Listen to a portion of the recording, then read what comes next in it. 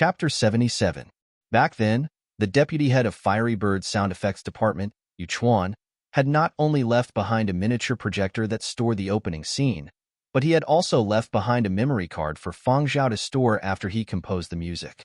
It was a very secure storage device and was nicknamed the invitation card by people in the industry.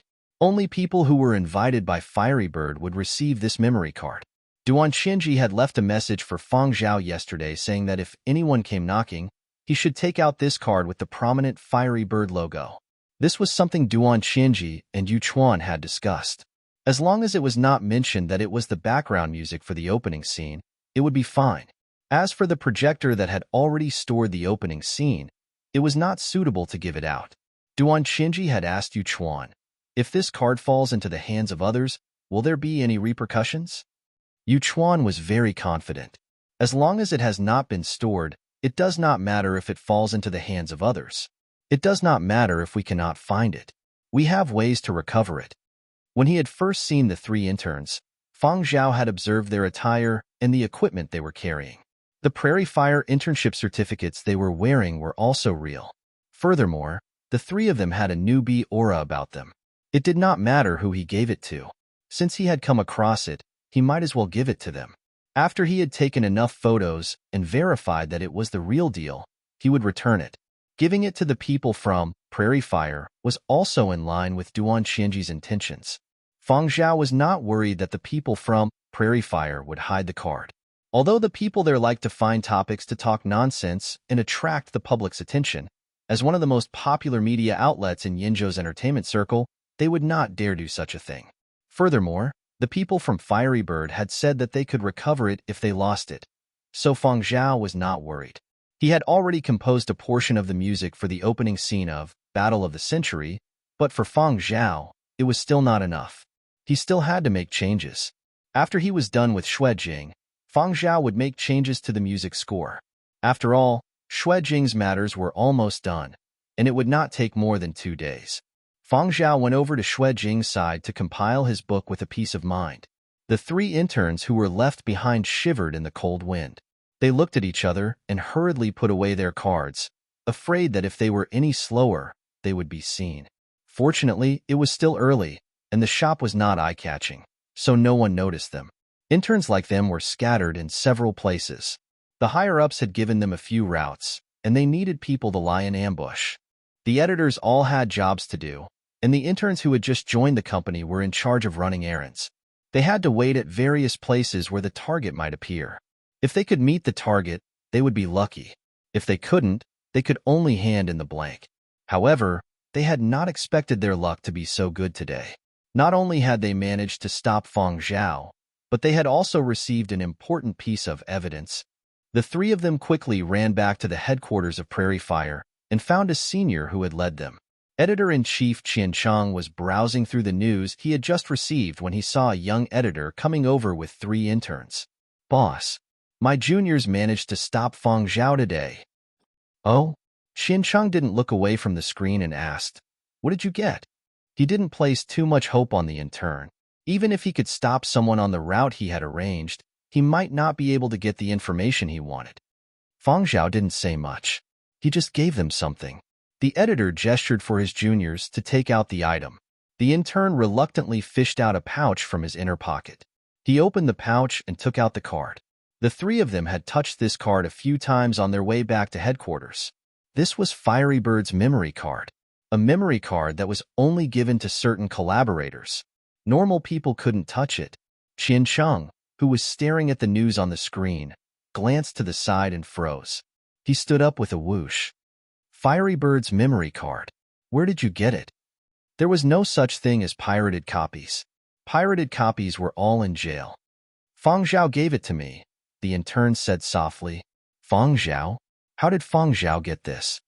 Qian Cheng held the card and walked around twice. Then, he pointed at the 3 interns. Come to my office and tell me everything in detail. That afternoon, Prairie Fire broadcast a piece of news during its live broadcast. Recently, discussions regarding the true composer of the 4 movements of the 100-year period of destruction series have not stopped. I believe that many people are like us, waiting for the next piece of evidence. Today, We were fortunate enough to meet teacher Feng Zhao and asked him for his opinion on the speculations online. Then, teacher Feng Zhao gave us this. 4 pictures appeared, taken from different angles.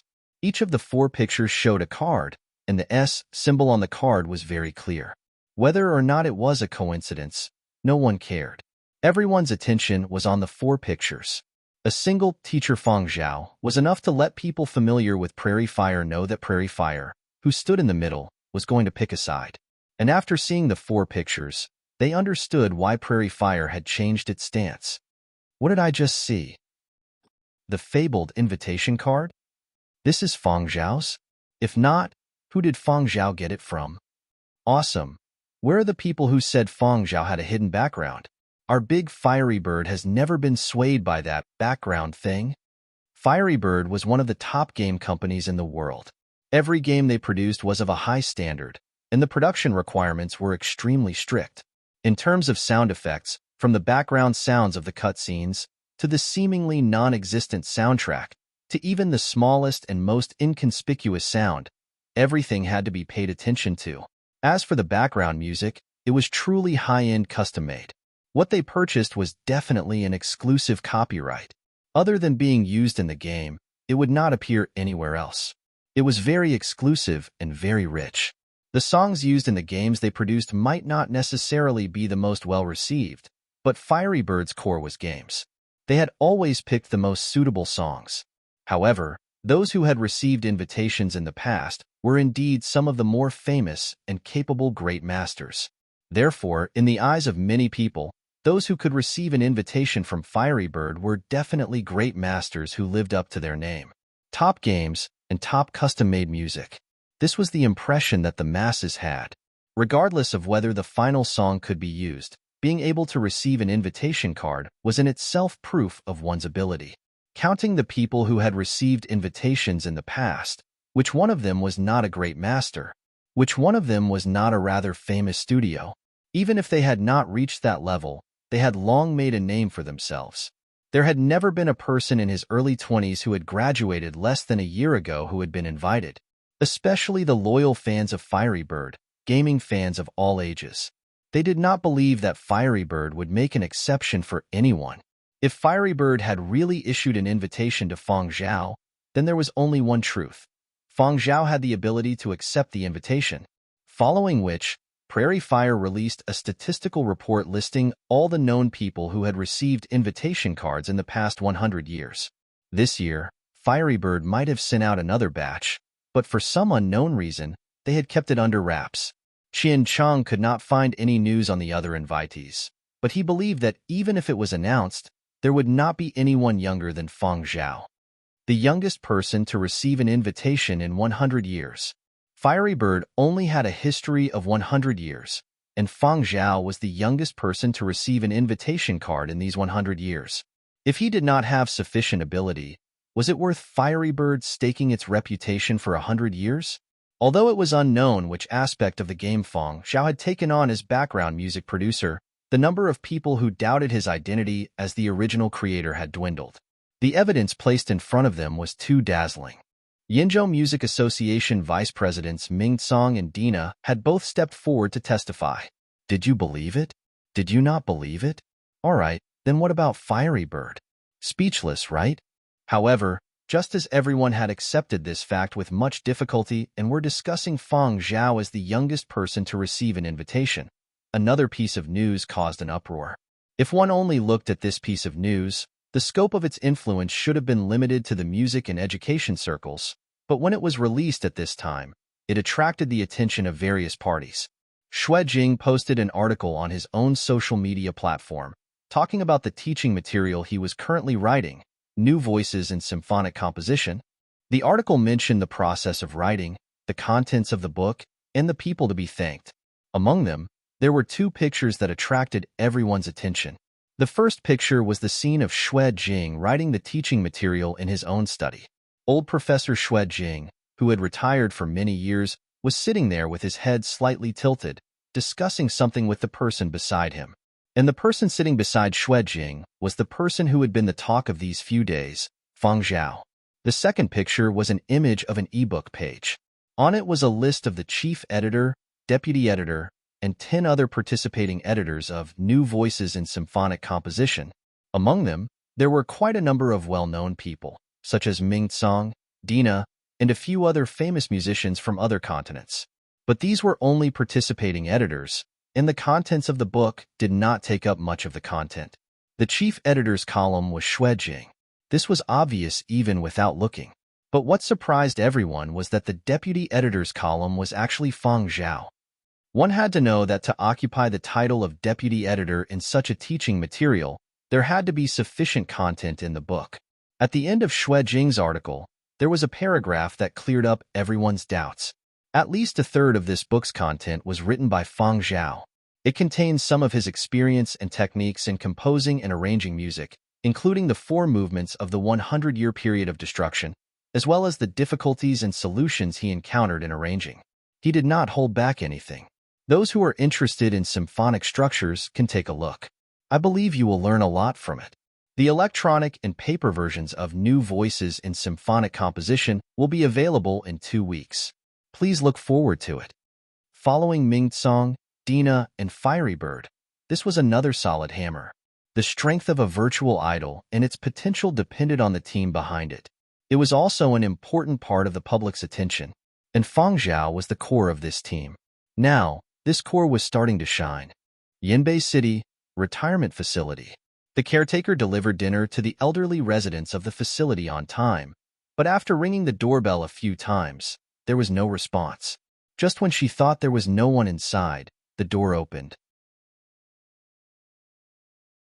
Chapter 78. Old leaders, dinner is here, the caretaker said softly. No response. The caretaker raised her voice and repeated herself. This time, there was a response. The old lady turned around and smiled apologetically. Leave it there first. We will eat in a bit. She then stared at the screen again. The caretaker was a little curious as to what the 2 elders were so engrossed in, but due to professional ethics, she could not simply look. She could only be curious. After the caretaker left, the 2 elders did not leave the screen. I haven't finished reading. Why are you flipping? The old lady turned the page back. You are too slow. The old master grumbled unhappily, but he did not idle while waiting. He saved a screenshot of the page and sent it to some old friends later. The old master and the old lady also paid attention to some news, but they had never looked at entertainment news in the past. After Fang Zhao's visit on Memorial Day, the 2 elders would glance at the entertainment news section when watching the news every day. They had a deep impression of this great-grandson of theirs. Since they had nothing better to do, it was no big deal for them to look at an extra section of the news. Of course, they knew about the recent hot topic in Yinzhou. The 2 elders had also seen the Yinzhou conscription promotional video and had praised the theme song as very good. Because they liked it very much, they had searched for it and downloaded it. Who would have thought that they would see the music video and the name on the subtitles at the end of the music video? At the time, they had suspected that it was someone else with the same name until Silver Wing exposed the truth. At that time, there had been a lot of doubts online. Although the old man and the old lady had their doubts, after all, this was a matter of family, and they were unhappy to see those slanderous words. They could not do anything about other parts of Yinzhou, but they could at least do something about it in Yinbei, right? Although they were already retired, they still had some influence. Some old colleagues, old subordinates, and some juniors could at least put in a bit of effort to uphold the opinions online. But before the 2 elders could react, a barrage of evidence came crashing down. The 2 deputy heads of the Yinzhou Music Association, the world's top game producer Fiery Bird, and the renowned music industry maestro Xuejing all stepped forward to testify. Now they have nothing to say. Great-grandfather Fang slapped his thigh in delight. He did not know the vice president of the Music Association, but he had heard of the famous Fiery Bird and had come into contact with a few of Fiery Bird's peripherals. As for Xuejing, they were even more familiar with him. When the 2 elders were still studying, Xuejing had already made a name for himself. The younger generation might not have understood, but great-grandfather and great-grandmother Fang were very clear about him. Back then, there had always been news reports about him. From a talented youth, to a promising youth, to a famous teacher, to a great master, over time, He had influenced many generations. Thus, when they saw Xue Jing's high evaluation of Feng Zhao, great-grandfather and great-grandmother were very excited. They had even pre-ordered the electronic and hard copy of New Voices in Symphonic Composition online so that they would receive it as soon as it went on sale. And after that, when the two elders used Feng Zhao's name as a keyword to search, they also discovered that Feng Zhao's name was being mentioned in other industries online. Medical journals Silver Wing's genius composer Feng Zhao's 4 movements break through the frozen gate. Yenzhou Hull virus research team has made a breakthrough. The Yenzhou research team had already released the results of their latest round of research. The breakthrough wasn't a boast or an exaggeration of the results. They had really made progress that was gratifying. Now, researchers from other related fields had rushed over from other continents to join the team. Even if they could not join, they could at least learn from the sidelines. When it came to Hull virus research, Yenzhou's medical team was at the forefront. History journals, Respecting History, a brief discussion of the chaos in the entertainment industry caused by capitalists. The article used both positive and negative examples to criticize the chaotic film and television production environment under commercial operations. It was one thing to ignore the fictionalized world, but when it came to films that involved actual history, it was fine to talk about history. Even if they added a little personal information and made it artistic, it was understandable. But when it came to influential elements, shouldn't they be a little more careful? Otherwise, the billions of lives that had been lost during the period of destruction would seem like a stupid joke. The music video for the 4 movements of the 100-year period of destruction series was used as a positive example. But when it came to articles like this, many in the entertainment industry just laughed and said, as long as you can make money, who cares about your bullshit? If you can do it, then do it. As for the young composer, just wait and see. He won't be popular for long. Silver Wing was fighting for profits now, so they were blowing him up. Once this topic blew over, no one would mention him again. Every year, many people were short-lived and faded into obscurity. When the tree burns, all that's left is ash, a Yenzhou film producer said. But great-grandfather and great-grandmother didn't know that. They only noticed that Feng Zhao's name was mentioned in music, gaming, entertainment gossip, political news, and other electronic publications and live broadcast programs. Some mentioned him in passing, some highlighted. Did I save that photo? Yes. You saved the photo with Xue Jing? Yes. The 2 old men saved another screenshot of the news. When they checked the time, they realized it was already night. They heated up some food and ate some. Great-grandfather couldn't wait to go out and chat. As great-grandmother Yang was throwing out the trash, she heard great-grandfather Yang's loud voice coming from next door. Hey, old Yang, let's not talk about national affairs today. Let's talk about the younger generation. Do you know who the news is talking about? My great-grandson. Sigh, that rascal is in the entertainment industry. It's not a good place. He's different from other stars. He's just a composer. Sigh, composing 4 epic songs at such a young age. As great-grandfather Feng sighed, the corners of his lips curled up to the heavens. At this point, he stretched out 4 fingers and shook them, then retracted 3. One of them was even used as the theme song for our continent's recruitment campaign. Next door, old Yang.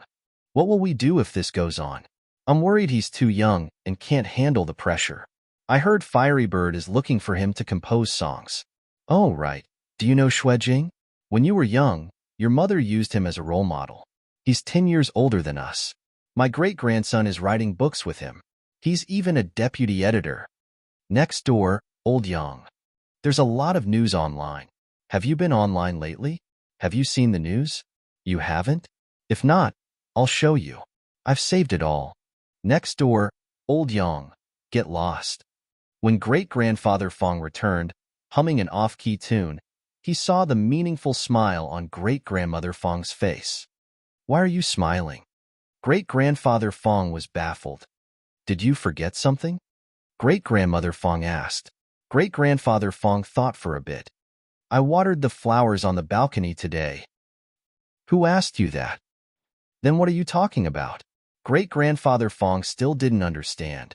Great-grandmother Feng didn't count on his poor memory. She reminded him, do you remember what little Zhao said before he left on Memorial Day? You even promised him. Old Master Fong finally remembered. Did he promise? Not in the mood for idle chatter, great-grandfather Fong paced in his room. After some thought, he gave Fong Zhao a video call. Fong Zhao had just returned to the office after dinner at Xue Jing's place. What's the matter? Nonsense. Why would I call you? Do I have nothing better to do? Great-grandfather Fong glared. Great-grandmother Fong laughed. You have nothing to do after retirement. Don't you have nothing better to do? Great-grandfather Fong glanced at Fong Zhao's background and asked, Are you at the office? I just came from Professor Xue's place. Great-grandfather Fong wanted to laugh, but he thought of something and put on a serious face. I was about to tell you about this. I've seen the news these past few days. You have indeed done well, but at times like this, don't be too affected by the outside world. Don't get complacent. You have to be rational. Great-grandmother Fong glanced at great-grandfather Fong. Wasn't he just bragging about it? Now he wants Fong Zhao to be rational about the outside world? He sure changed quickly. However, great-grandmother Fong agreed with what great-grandfather Fong had said. After transferring from the military, although they felt that it was like retirement, they had experienced many things and seen the ups and downs of others. They understood the principle that the tallest tree in the forest would be destroyed by the wind. It was rare to see someone like Fong Zhao among the younger generation. They didn't want to see Fong Zhao fade into the crowd like a flash in the pan. Fong Zhao's parents weren't around. As elders, it was only right for the two of them to mention him. Great-grandfather and great-grandmother Fong said a lot to Fong Zhao. Ming Tsong, Xue Jing, and Duan Qianji had mentioned this before. Being famous meant being scolded. Doing something wrong meant being scolded. Doing something right meant being scolded. Many people would use this as a pretext to make a fuss. Some were good, some were bad, but they were all necessary on the road to success. Actually, Fong Zhao wasn't really affected by the outside world's evaluation or the fuss. He was also someone who had experienced things. In his previous life, he had been older than Ming Tsong and Duan Qianji, and not much younger than great-grandfather Fong, great-grandmother Fong, and Xue Jing. The end of days and the new era were different, but Fong Zhao had experienced the complexity of human nature. Great-grandfather Fong was still there. If you can't calm down, you can go out for a walk. Do you need a bodyguard? Some of my old comrades have a special security company. Do you want me to send 2 people over? No need. The company has already arranged for someone. They should be here tomorrow, Fong Zhao replied. Your company's arrangements might not be reliable. Who did they arrange for you? I heard they're from the special forces. Oh. Great-grandfather Fong paused. In any case, you have to calm down. The other trivial matters will naturally be handled by the relevant personnel of your company. Just focus on composing your own music and writing your novel. Got it? Got it. All right, that's all. Great-grandfather Fong ended the call and went to his room to retrieve a box from the bedside table. You still decided to give it to him? Great-grandmother Fong asked. Chapter 79. The day after great-grandfather Fong's call with Fong Zhao was a Saturday. Second Uncle Fong did not go to work. He borrowed a colleague's car and drove over 4 hours from Yinbei City to Qian City. The night before, Second Uncle had been about to head out to chat with a few friends in the same building after dinner. He had seen the news about Fong Zhao and had been chatting with people in the neighborhood for the past 2 days. Previously, when Fong Zhao had visited, he had bought candies for the children in the neighboring buildings. Fong Zhao had also stayed over for a few days on Memorial Day. Many people had seen Fong Zhao, so when the news broke online, many people recognized him and chatted with Second Uncle every day. That night, just as Second Uncle was about to head out, he received a call from Old Master Fong. Ever since he added the old man's contact number, he had never encountered a situation where the old man took the initiative to look for him. When he saw the word Grandpa displayed on his personal terminal, Second Uncle Fong was so scared that he thought something had happened to the old man. However, Old Master Fong only asked about Fong Yu and Second Uncle's plans for Saturday. When he found out that Second Uncle did not have to work on Saturday and did not have any plans, he sent Second Uncle to Qian City. It was rare for Old Master Fong to assign him a task. Second Uncle was very excited. He borrowed a flying car from a colleague and headed to the retirement facility early Saturday morning. After collecting his things and assuring Old Master Fong that he would complete the task, he drove straight to Qian City. The next morning, Fong Zhao received a message from Old Master Fong saying that second uncle would deliver something for him. So Fong Zhao waited at home all morning on Saturday. Second uncle followed the address Fong Zhao had given him. As he neared the area, the car's computer system popped up a speed limit warning. The security personnel in the area also asked for identification, verification codes, and other information before the car arrived at the building Fong Zhao had given him. Fong Zhao was already waiting on the rooftop. It seems like the security measures are quite tight. You shouldn't have to worry about any disturbances.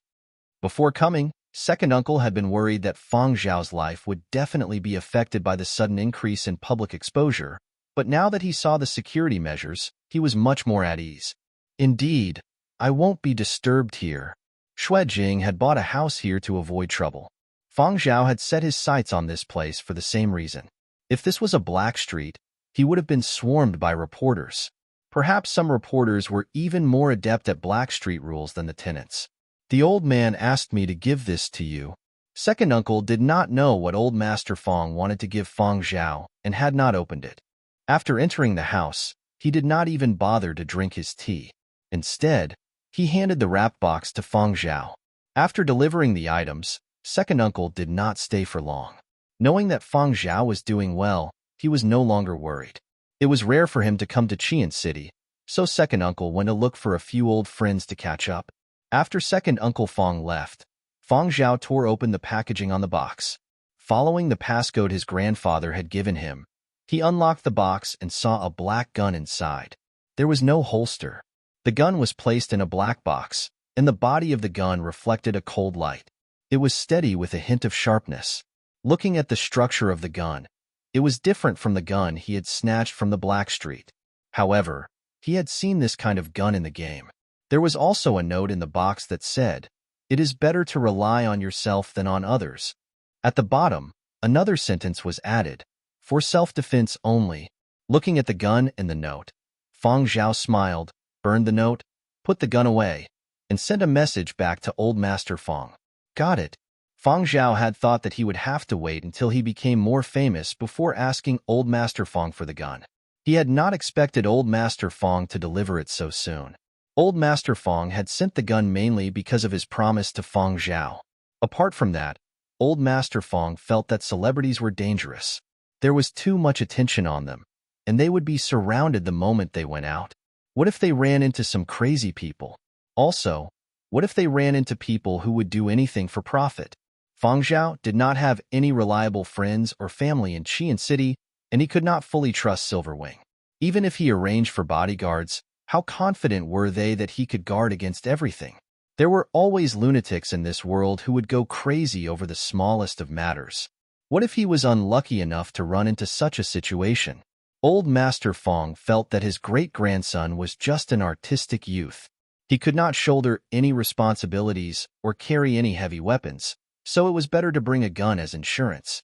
At least, that was what the old couple thought. After receiving Fong Zhao's message, Old Master Fong exhorted Fong Zhao again. Don't think that just because you have a gun that you are not afraid of anything.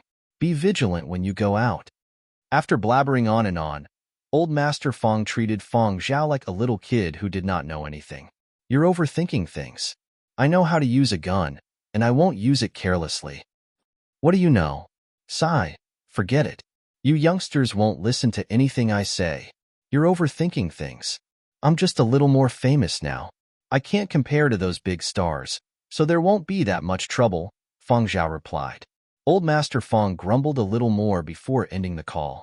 Now that he had gotten his things, Fong Zhao did not continue staying at home. Instead, he went to the company. He sent Duan Xinji an application to head out to collect materials. Old Master Fong was right about one thing. Old Master Fong suggested that Fong Zhao go out for a walk. Although Fong Zhao was not affected by the discussions in the outside world, he did intend to go out for a walk, and he wanted to go a little far. He still had not completed the soundtrack assignment that Fiery Bird had given him, so he wanted to head out to look for inspiration. While paying his respects at Yinzhou's Cemetery for Martyrs, he had gained quite a bit of inspiration, but it was not enough. Fong Zhao intended to visit the Cemetery for Martyrs in other continents. He had long wanted to visit the graves of his old friends. Silver Wing Tower's top-floor office. Duan Xinji was listening to a report. There were still 2 more days to go before the online voting for the spokesperson. The votes for all 3 parties were very close. Each party had more than 20 million votes, and the difference was within 1,000 votes. Currently, Polar Light had the lowest number of votes, but in terms of overall numbers, 1,000 votes was not a big difference. It could only be said that all 3 parties were evenly matched. When she saw the application Fang Zhao had submitted, Duan Xinji's face twitched. Head out to collect materials? And he still had to leave Yinzhou to collect materials? Did he need to visit the cemetery for martyrs in every continent to find inspiration? However, Fang Zhao did not have any urgent tasks in Yinzhou. Regarding Polar Light's development plan, Fang Zhao had already seen it and agreed to it. Furthermore, some media outlets were keeping an eye on Fang Zhao, so Duan Xinji felt that Fang Zhao could go out and lay low for a while. After some consideration, Duan Xinji agreed. Even if Polar Light could not win the endorsement, if Fang Zhao's music was used by Fiery Bird, it would not be a bad deal. Thinking up to this point, Duan Xinji approved the application and generously allocated a flying transport that could cross continents to Fang Zhao. The assistant assigned to you should be able to reach Silver Wing by tonight. He has a flying transport license. Let him follow you out to collect materials. He can be a pilot and a bodyguard. An hour later, Silver Wing Tower, 50th floor, Virtual Projects Department. Zhu Wen had finished a round of games and was stretching when he saw a young man about his age walk in. His eyes were squinting as he looked around curiously. May I know who you are looking for? Zhu Wen asked. The young man walked over with a beaming smile. Hello. I am Fang Zhao's new assistant arranged by the company. That's you? Zhu Wen had heard Fang Zhao mention that the higher-ups had arranged an assistant and bodyguard for him. He had not expected the assistant to arrive so quickly, but he could not see anything special about the person in front of him. He was about the same height as Zhu Wen and did not look robust. Compared to the big guys in movies, he was a far cry. However, since it was arranged by the higher-ups, Zhu Wen suppressed the astonishment in his heart and put on a smile. Hello, I am Zhu Wen, the #1 technician in the Virtual Projects Department. Hello, I am Zuiyu. May I know if Fang Zhao is around? Zuiyu asked. Yes, boss is in the office. Over there. Zhu Wen pointed Zuiyu in the direction. Okay, thank you. When Zuiyu arrived at Fang Zhao's office, Fang Zhao was sorting out the last draft. He had to deliver it to Xue Jing tonight. Hello, I was arranged by Boss Duan to be your assistant from today onwards. Is there anything you need me to do? Zuiyu asked with his usual beaming face. Fang Zhao raised his head and glanced at him, thinking seriously. Yes, please feed the dog. The automatic feeder is broken. It was sent for maintenance and has not returned yet. Zuiyu. Okay. Although it was different from what he had imagined, Zuiyu took it seriously. It was just that the dog seemed to dislike him. It ran away whenever Zuiyu approached. After Fang Zhao finished the draft, Zuiyu drove him to Xue Jing's place. On the way, Zuiyu thought Fang Zhao would ask him about the special forces. He had already thought of a way to brag about it. Unfortunately, all Fang Zhao said was his address. When they arrived at Xue Jing's place, Fang Zhao told Zuiyu to go home. He would stay at Xue Jing's place to finish the final proofreading. You have 1 day to pack and get the flying transport ready. We leave at 7 a.m. the day after tomorrow, Fang Zhao said. What's our destination? Zuiyu asked. I'll let you know when the time comes. Fang Zhao entered the house. After Fang Zhao disappeared, Zuiyu shook his head and curled his lips. TSK, an artist. On Monday, Duong went upstairs to look for Fang Zhao. Duong had been riding the coattails of late. As the head of the newcomers department and Fang Zhao's agent when he was still a rookie, Duong had received a lot of compliments because of Fang Zhao's rise in popularity. He bumped into a few agents he knew in the elevator. They all struck up a conversation. Old Du, how did you manage to poach a gem like Fang Zhao back when you were the manager of the new composers? Composing, arranging, mixing. He's an all-rounder. Duong smiled proudly. I don't know either. I was digging and all of a sudden I hit the jackpot. Today, the operations director, Julian, had invited everyone out for a celebration. Duong had personally made a trip to the 50th floor to ask Feng Zhao if he wanted to tag along. But when Duong arrived at the 50th floor in high spirits, Feng Zhao was nowhere to be seen. "Where's your boss?" Duong asked Zuwan. "Out on a trip to source material," Zuwan replied. "Out on a trip? Isn't that a paid vacation?" Duong was envious. "When is he coming back?" Chapter 80. The world's 12 continents were divided into the regular 8 and the special 4. The regular 8 were the regular continents. The other 7 were not much different from Yinzhou, but the special 4 were a little different. Zhuyu had thought that Feng Zhao would choose Lizhou or Lizhou, which were closer to Yinzhou.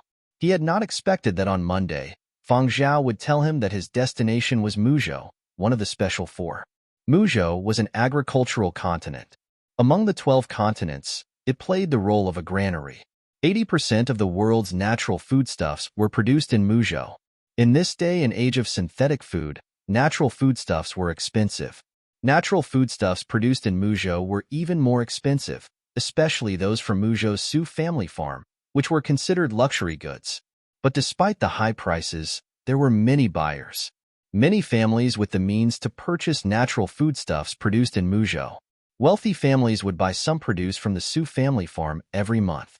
Other than that, Muzhou had many tourist attractions.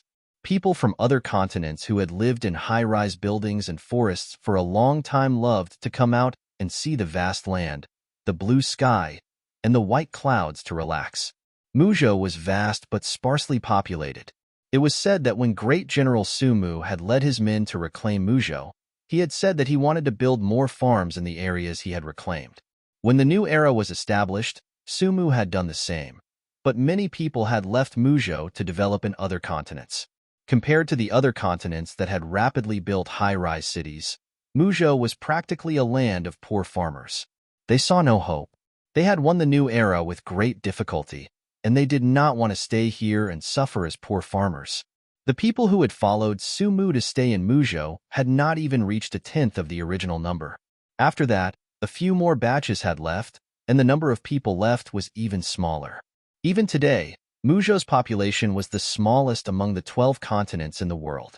Zhuyu had been to Muzhou once before. Back then, he had followed the team to participate in an exchange program and had not had much time for sightseeing.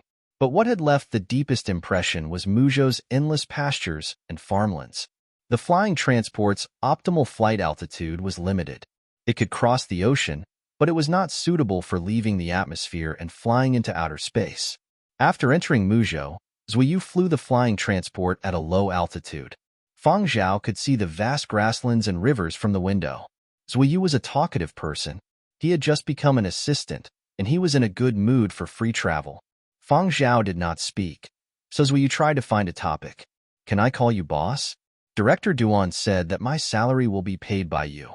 This way, we can be considered superiors and subordinates. "Isn't it right to call me boss?" Zhuyu asked. "Sure." Feng Zhao didn't have any requirements regarding how he was addressed. "Boss, why do you want to go to Muzhou first?"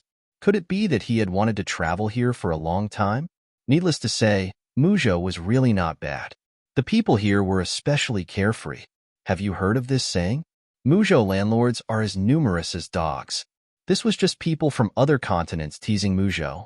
Of course, there was also a tinge of envy and jealousy. There were many landowners in Muzhou, and as the descendants of founding-era great General Su Mu, the Su family was the biggest landowner in Muzhou. If only I were a Muzhou person, I could inherit a large farm or ranch from my parents and become a carefree landlord. I could hire a bunch of cheap workers from other continents to help me with farming and herding. I wouldn't need to hire a lot of people, as long as they knew how to use the machines. After that, I could drive my own flying transport around the world. Who knows, I might even be like the Su family, owning my own spaceship and going on a long trip to a foreign planet every month. Those days, TSK. Compared to other continents, the pace of life in Muzhou was too leisurely. What Zhuyu had just said was not just his own thoughts. Many tourists who came to Muzhou for a vacation would have similar thoughts. But that's just wishful thinking. There's no choice. Muzhou has restrictions. Even if you have the money, you might not be able to buy a piece of land in Muzhou. In Muzhou, only those who followed Great General Su Mu back in the founding era can own large farms. This was a rule set by Great General Su Mu during the founding era. Later on, people who migrated over from other continents could only buy a piece of land to use as a farm, but it was only a small one. Unless there were some special circumstances where the Su family gave them special treatment, only then could they own a large farm in Muzhou. As Zuoyu spoke, his face was filled with envy. In short, I really admire Su Mu. He has such foresight. The descendants of those who followed him to conquer Muzhou are now all big landowners. As long as they keep a piece of land, they can play all day long. They are all rich. I heard that before the period of destruction, Su Mu was a cow herder, a sheep herder. Fang Zhao interrupted. What? Before the period of destruction, Su Mu was a sheep herder, not a cow herder, Fang Zhao said. Oh, actually, the meaning is similar. I'm not good at history. I keep remembering things wrong. Zuoyu recalled that Duan Qianji had shown him information about Fang Zhao. It had indeed mentioned that Fang Zhao's history was very good, especially the history of the period of destruction. He was not inferior to many well-known historians. Looking at the color of the sky outside and the weather forecast, Zuoyu asked, "It's going to rain. This rain might be a little heavy. Should we continue on our way to Qingqing or find a place to stay?" The Qingqing that Zuoyu had mentioned was not a city but a city. It was the capital of Muzhou, the political and financial center of Muzhou, and the seat of the state government. Muzhou's cemetery for martyrs was also there. Fang Zhao had also browsed through the weather news around Muzhou. After some thought, he said, "Let's stop for now." Understood. Zuoyu searched for a nearby place to park his flying transport. There is a farm up ahead where flying transport can be parked. I sent a request. Many medium to large farms in Muzhou had special parking areas for flying cars, flying transports, and other forms of transportation. Because there were many tourists in Muzhou, there were quite a number of people who traveled by car or with tour groups. Sometimes, when special circumstances called for a stopover, they would land at the nearest farm. However, the stopover was not free. There was a fee, and the fee depended on the owner. If the owner wanted to charge more, he could charge more. Who knew? If he was in a good mood, he might even let you stay for free. The owner has agreed. Only $10 an hour. Zuoyu laughed when he saw the price. The owner must be in a good mood today. This is already very cheap. I know someone who came to Muzhou for a vacation. He even charged a few $100s an hour to park his car. Fang Zhao paid for an hour because he did not know the situation at the farm. If the situation was not good, they would leave immediately. If there were no problems, it did not matter if they stopped for a while more. The traffic lights at the farm lit up, and Zuoyu landed the flying transport. Two people in farm uniforms ran over.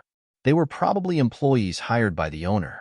Fang Zhao had just stepped out of the flying transport when a young employee hurried over. "Do you need a place to stay and eat? We provide guest rooms for tourists. They are very cheap. The owner is in a good mood today, so the prices are very low. Do you need to trade for energy blocks? We have all the mainstream energy blocks here. We sell them according to market price. We don't charge any random fees." Before Fang Zhao could speak, he heard woof, woof, woof. From the sound, it seemed to be a large dog. The sound grew louder and louder, and Fang Zhao soon spotted the silhouette. It was a black dog more than a meter tall. It had probably seen an unfamiliar flying transport and smelled an unfamiliar scent, so it was on guard. However, it did not approach them. Instead, it barked at Fang Zhao and Zuoyu from a distance of more than 20 meters, its fur standing on end. This was the descendant of a meritorious service dog that had stayed in Muzhou. After the end of days, there was no longer a need for meritorious service dogs to follow people onto the battlefield. Every continent had many meritorious service dogs. Other than those left behind by the military, many were kept as pet dogs and bred for generations. Most of the descendants of meritorious service dogs, living in the cities, now had the appearance of the meritorious service dogs of the past. They had grown big for nothing, but people in the new era did not need them to do much. It was better for them to be docile. Muzhou was a special case. At the beginning of the new era, Muzhou had split the remaining meritorious service dogs into two groups. One group would continue to be trained as combat dogs and mainly remain in the military. The other group would be used as shepherd dogs and become the helpers of farm owners. In Muzhou, dogs could not be killed casually. Many farm owners valued their shepherd dogs more than the lives of tourists. Chapter 81. Although the black dog looked huge, it still had a childish air about it. It was an underage dog, and its main job on the farm was probably not to herd but to stand guard. The black dog was quickly led away by the workers. Feng Zhao looked around the parking lot. Besides their flying transport, there was also a large flying transport and 5 flying cars. There's a tour group here, Zuiyu told Feng Zhao. It's about 20 people. When the tour group noticed that the weather was not good, they would look for a good place to land. Some places in Muzhou had rapid weather changes, and the weather forecast would be broadcasted an hour in advance. Besides Feng Zhao's group, the others had also found their way here after hearing the broadcast. After all, this was the only place in the vicinity that had a flying transport. After making arrangements for their accommodations, the farm worker told Feng Zhao's group, "Today is a competition day. The farm owner and a few other small farm owners are here to watch the competition. There's also a tour group from Jizhou heading over to the viewing hall. Our farm owners' relatives are participating in today's competition. The host is in a good mood and has invited everyone to watch. Look at the time. The competition is about to start. Do you want to go? The tea and alcohol in the viewing hall are free." Besides its developed agriculture and tourism industry, Muzhou was also famous for its sheep-herding culture. Muzhou's sheep-herding competition had been around since the founding of the continent. At first, it had been organized by Great General Su Mu to entertain the pioneers. Relaxation was the key to life. However, back then, it had been a small-scale competition. Now, the sheep-herding competition had a 500-year history, and the competition had a mature system and rules. The feelings the people of Muzhou had toward the sheep-herding competition was something people from other continents could not understand.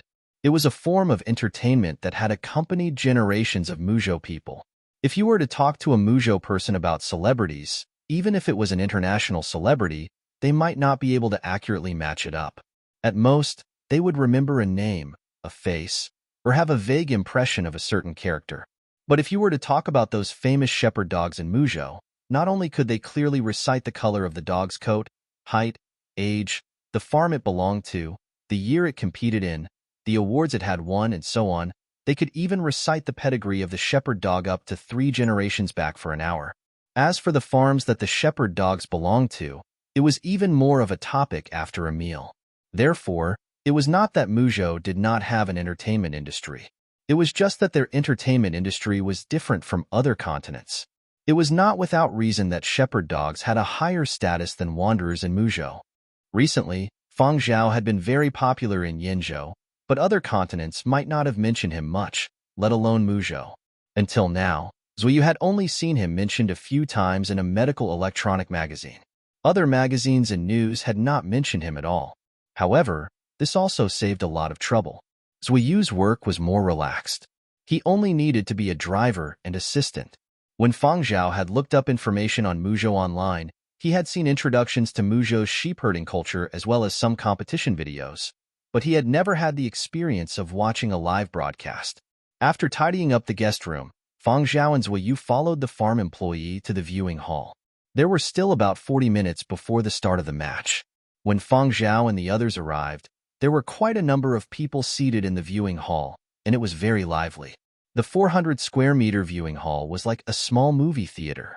The best place to watch the movie was for the farm owners and the surrounding small farm owners. The invited guests were arranged to sit on the side. They could sit anywhere they wanted. When Feng Zhao and the others arrived, there were only a few tables left in the corner. Based on the number of chairs, each table could probably seat 4 to 6 people.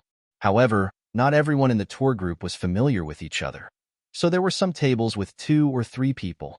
Feng Zhao did not have high expectations for where to sit. As long as he could see the big screen, he was fine. Right here.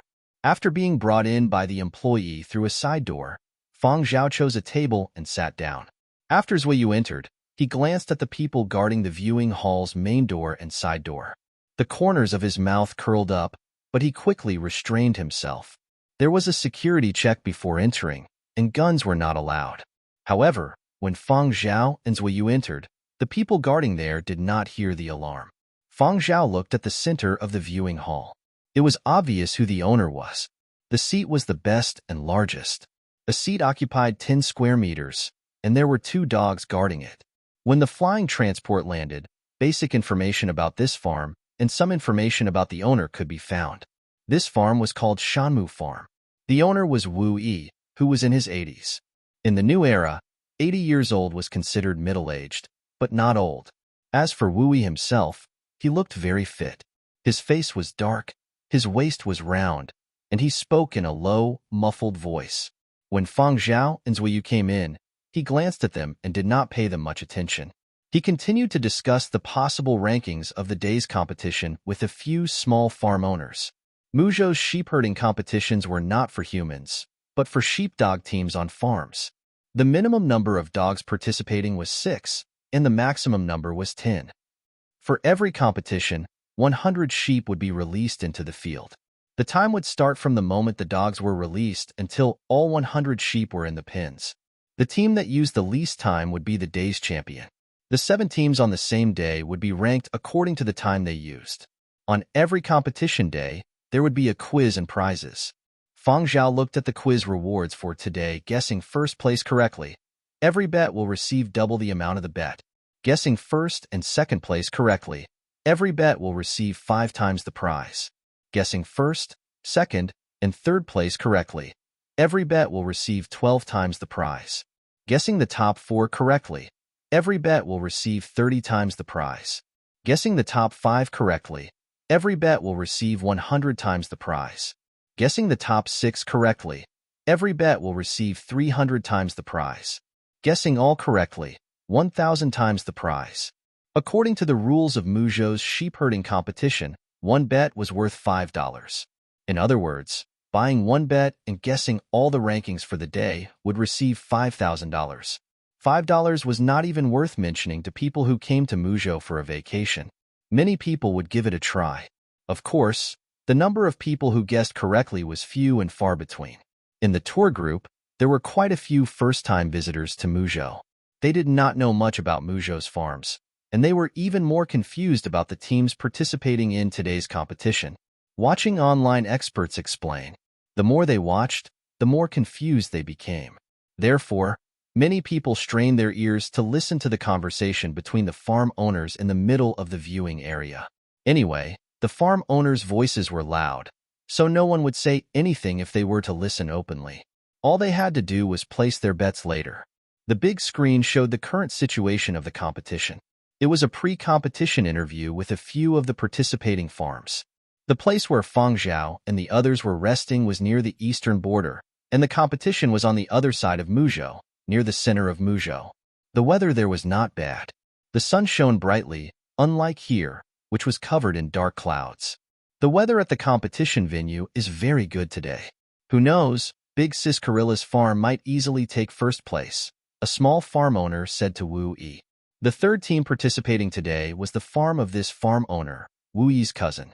Wu Yi's cousin's farm was called Gorilla Farm. The farm's logo was a carrot, so people who were familiar with it preferred to call it Carrot Farm. I also think they will do well.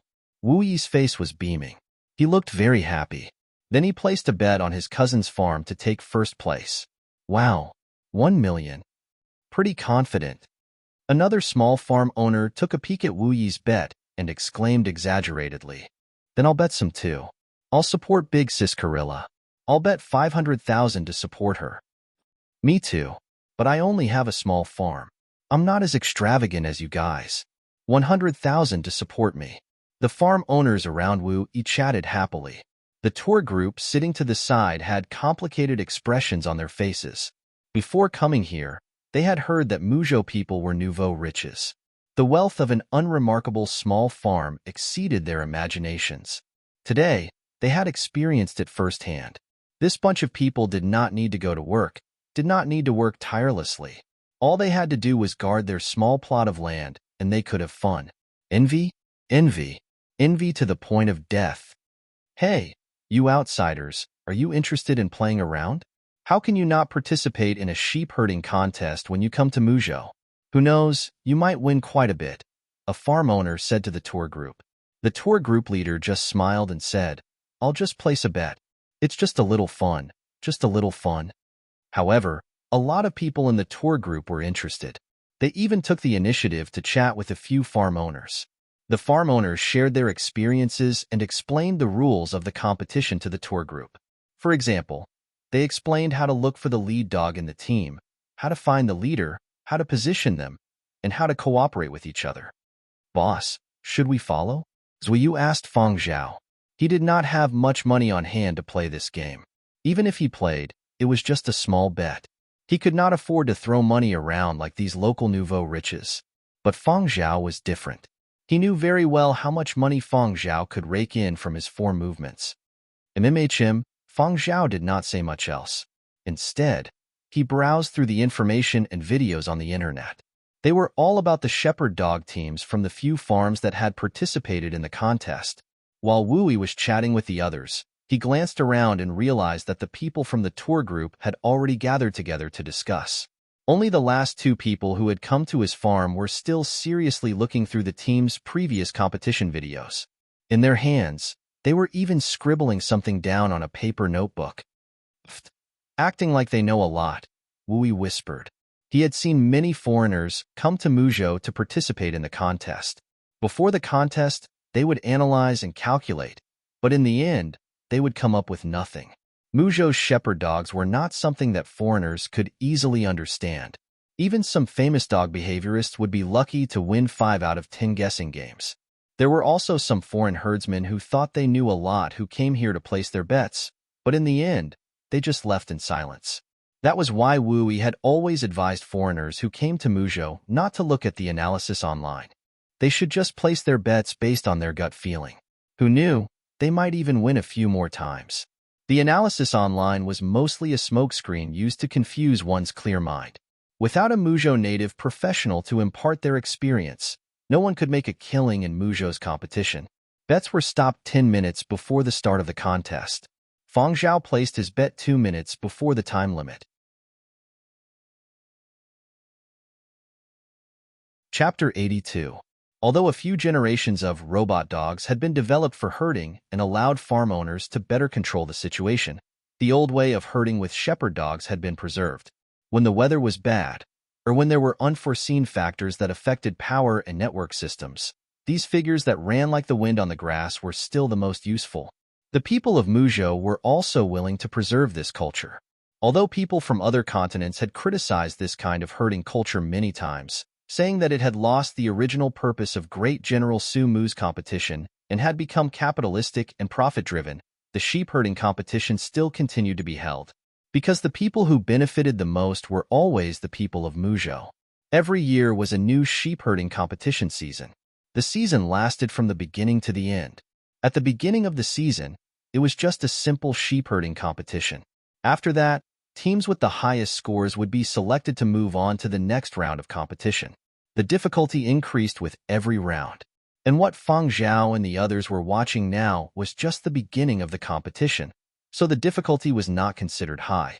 Feng Zhao had never herded before, but during the end of days, he had heard a lot from his old friend Su Mu. In private gatherings with a few old friends, Su Mu loved to talk about his herding experience. Even during the later stages of the end of days, when he could no longer remember what the normal world was like, he still remembered his herding experience clearly. His method of managing his team had been adapted from his herding experience. Feng Zhao had also learned about shepherd dogs from Su Mu. In Su Mu's team, there were the most combat dogs. There were also a few dog teams that cooperated with each other in battle. After the catastrophe, sheep were no longer the same as they had been before the end of days.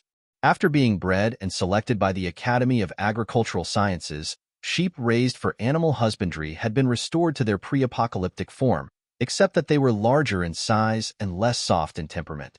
The competition on the big screen began. Team number 1 has started to herd. The commentator at the competition venue started to get excited. Herding was the ability of the shepherd dogs to circle around the sheep and gather the flock. Mujo veterans could determine the ability of the shepherd team just by looking at herding. The farm owners of the teams were basically the shepherd's instructors. In the early years of Mujo's sheep herding competitions, there were people inside directing the shepherds. But later on, when everyone realized it was not that difficult, they started to isolate the people inside and let the shepherds work on their own. The people could only stand outside and watch, but they had 3 chances to instruct. When the shepherds were not doing well, the farm owners would request for a projector. The projector would project the projector at a designated location, and the farm owners would use hand signals and a baton to instruct the dogs to continue. The first team encountered some trouble along the way. Dog C of the first team made a mistake. To the side. Pay attention to the side. You still haven't changed. The commentator said loudly. Oh, the farm owner of the first team requested for a projector to instruct. There's no other way. If you don't correct it in time, it will be dangerous if you lose the sheep. Because it was easy to lose the sheep when herding on one side, 100 sheep had to be herded into the fence to be considered complete. Therefore, dogs that could not change their one-sided herding habits were not suitable for the competition. And some dogs, even if they could change, would still make mistakes sometimes. Team number 1 was one of them. The farm owner did not get angry. He just smiled bitterly and requested for a projector. Using hand signals and a baton, he instructed the shepherd dog that had made a mistake to run back to the correct position. Although the shepherd dog that ran to the wrong side finally returned to the correct position due to the guidance of its owner's projection, it was still delayed. 8 minutes and 5 seconds was not a very good result. Generally, at this level of competition, a result within 7 minutes was considered acceptable. After the first team finished, the second team began. Because one of the shepherd dogs was too careless when herding the sheep, it didn't control its strength and caused the sheep to bleed. Therefore, according to the punishment, the competition time was increased by 15 seconds. The final result was 8 minutes and 1 second, which was slightly better than the first team. The third team was the team that had been the subject of much discussion among the farm owners. Many people from the tour group had also placed bets on it. Oh, the third team is using a circular herding style. Positioning, sealing off the front. Beautiful. The commentator on the stage shouted. The farm owners in front of Feng Zhao were getting excited. My darlings. Positioning. Pay attention to positioning. Don't make any mistakes. Wu Wei shouted from his recliner. No matter how loud he was, no one could hear him. Hurry up. Missed. Back again. Good. The farm owner stood up. He wanted to rush to the scene and shove the shepherd dog that had almost run off course. Head sheep. Find the head sheep. Good. Very good. Yes, that's the one. Control it. Feng Zhao watched on the screen as the sheep ran across the green meadow, barking wildly as they herded the scattered sheep together. Farm owners, whether they were watching from the arena or watching the live broadcast from afar, were as excited as if they had been injected with chicken blood. Even the dog beside Wu Wei was glued to the screen. The members of the tour group were stunned by the farm owners' ferocious behavior. They probably had not expected these people to be so excited about a dog herding sheep. However, a few of the younger ones had probably bet on the third team. Although they did not understand positioning or sealing off the front, they could see the general situation on the screen and the constantly changing timer on the top right corner of the screen. They gathered the sheep and drove them to the destination. When the commentator shouted, "Done!"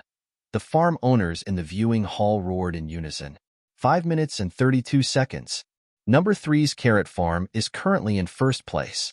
They are ahead of second and third place by more than 2 minutes. Looks like today's first place has been decided early. The commentator said. The results of this competition could be considered excellent. After it was completed, the screen also showed some expert analysis of the performance of each shepherd dog in the sheep herding competition that had just ended. From the video capture technology, they analyzed the changes and characteristics of their limbs and joints during the process of sheep herding. They greatly praised the physical fitness of the shepherd dogs. Big Sis Carla's farm is going to be popular again, a small farm owner said enviously. Haha, when the time comes, I have to get my big sis to help me. Wu Wei was also very happy about his cousin's farm's results. Do you know who the head dog of that team is? King Kong. That's the father of our Black Fatty. Where's Black Fatty? Black Fatty, Wooey shouted. Not long after, the black dog that had barked at Feng Zhao and the others rushed in. It wagged its tail vigorously in front of Wu Yi and whined like a spoiled child. Compared to the other dogs in the sheep-herding competition, this dog was indeed a little chubbier. After scooping the dog to the side, Wu Yi continued speaking to the people around him. Many people might not be familiar with the name King Kong, but I'm sure you all know the name of his great-grandmother. Whirlwind. Oh, the one that won the Best of the Season award more than a decade ago. I heard it was worth tens of millions back then. Yes, yes, yes. That's the one.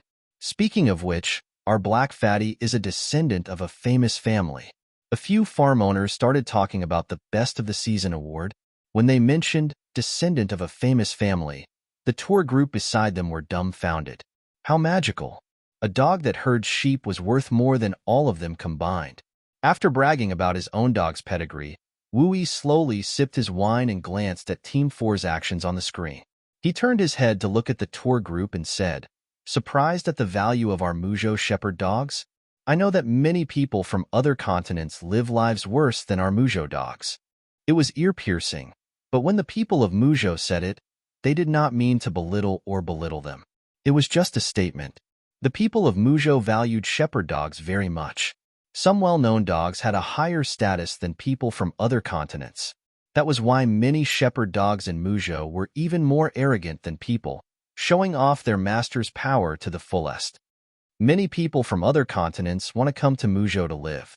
It's a pity that Muzhou land is not open to foreigners, Wu Yi said, crossing his legs. Their ancestors who had cultivated this land had some stories that had been passed down from generation to generation. They had also heard some stories since they were young. What was most clear was that when the land was being cultivated, some people had voluntarily given up on this piece of land. Everyone had their own ambitions, and there was nothing much to say. But when they saw that the land was getting better, they regretted it and wanted to come back. Sorry, you guys had better stay in other continents. From a human perspective, they viewed those who left and regretted it as traitors. From a profit perspective, no one wished for their own large piece of land, as well as the land that had yet to be cultivated and could be given to their descendants, to be divided among newcomers. Of course, they would unite to exclude outsiders. If you left, don't come back. That was why the people of Muzhou huddled together. Ever since Jianzhou, there had not been a single foreigner who had managed to win a large farm in Muzhou. However, it was not that there were no other ways to obtain land from Muzhou. In Muzhou's sheep-herding competition, during the finals, there was a land option for the prize. Winning a piece of land from Muzhou's sheep-herding competition was the dream of many people from other continents. It was just that this dream had never been realized by a foreigner. On the screen, the results of Team 4 and Team 5 were not as good as Team 3. It seemed that, as the commentator had said, Team 3 had won first place. Wu Yi smiled, but it was not as ecstatic as the tour group had imagined. The tour group was still thinking, no wonder he's a Muzhou nouveau riche. He probably doesn't care about the money he earns. On the other hand, a few people from the tour group who had spent quite a lot on Team 3's first place were very excited. Zhuyu looked at his own betting slip and smacked his lips. All right, I shouldn't place too much hope on the artist next to me.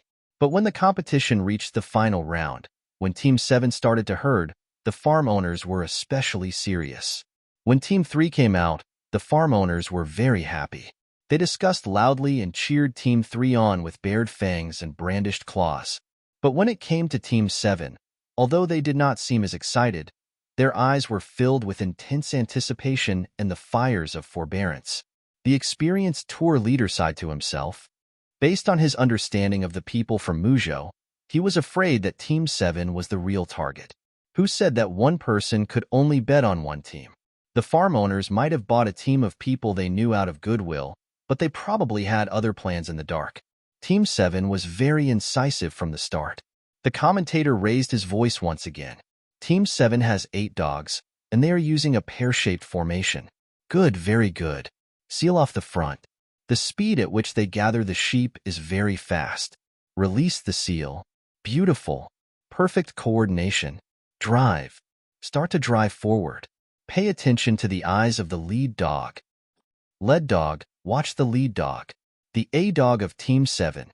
This is a dog with a murderous aura. It has found a sheep in the herd. Pay attention. They stare at each other for a brief moment. Suppress. Impressive. This is its first official sheep herding competition, but I can see it is the best of the day. No, I think this new dog is going to rise.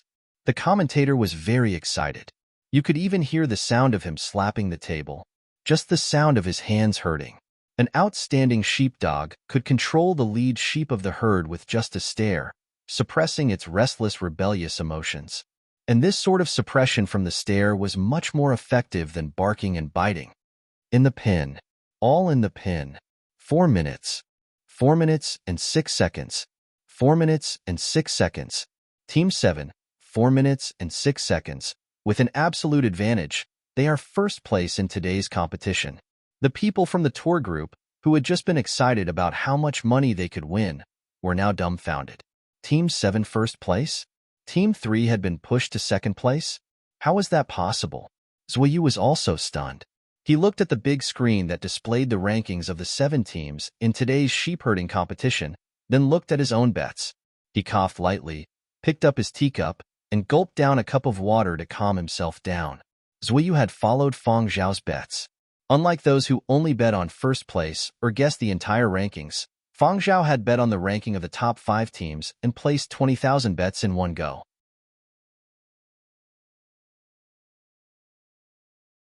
Chapter 83. When the rankings came out, some people were happy, while others were worried. A few people in the tour group who had been in high spirits were now sighing as if they had been hit by frost. However, the others were just playing around. They didn't buy much and didn't feel bad about it. They were more curious about the farm owners who had placed bets on Team 3. The farm owners who were sitting there did not look too dejected.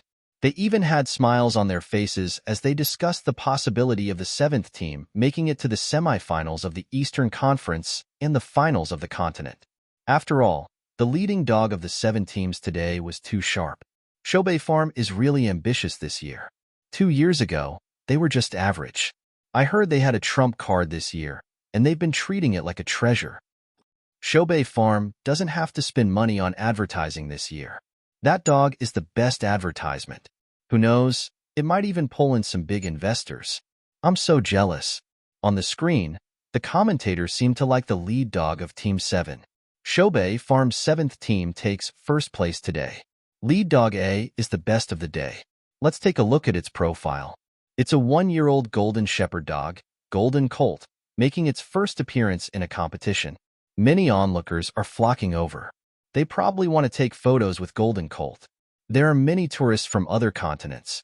Zhuyu glanced at the introduction on the screen and whispered to Feng Zhao, "Boss, how do you know that dog will win?" "Intuition," Feng Zhao replied.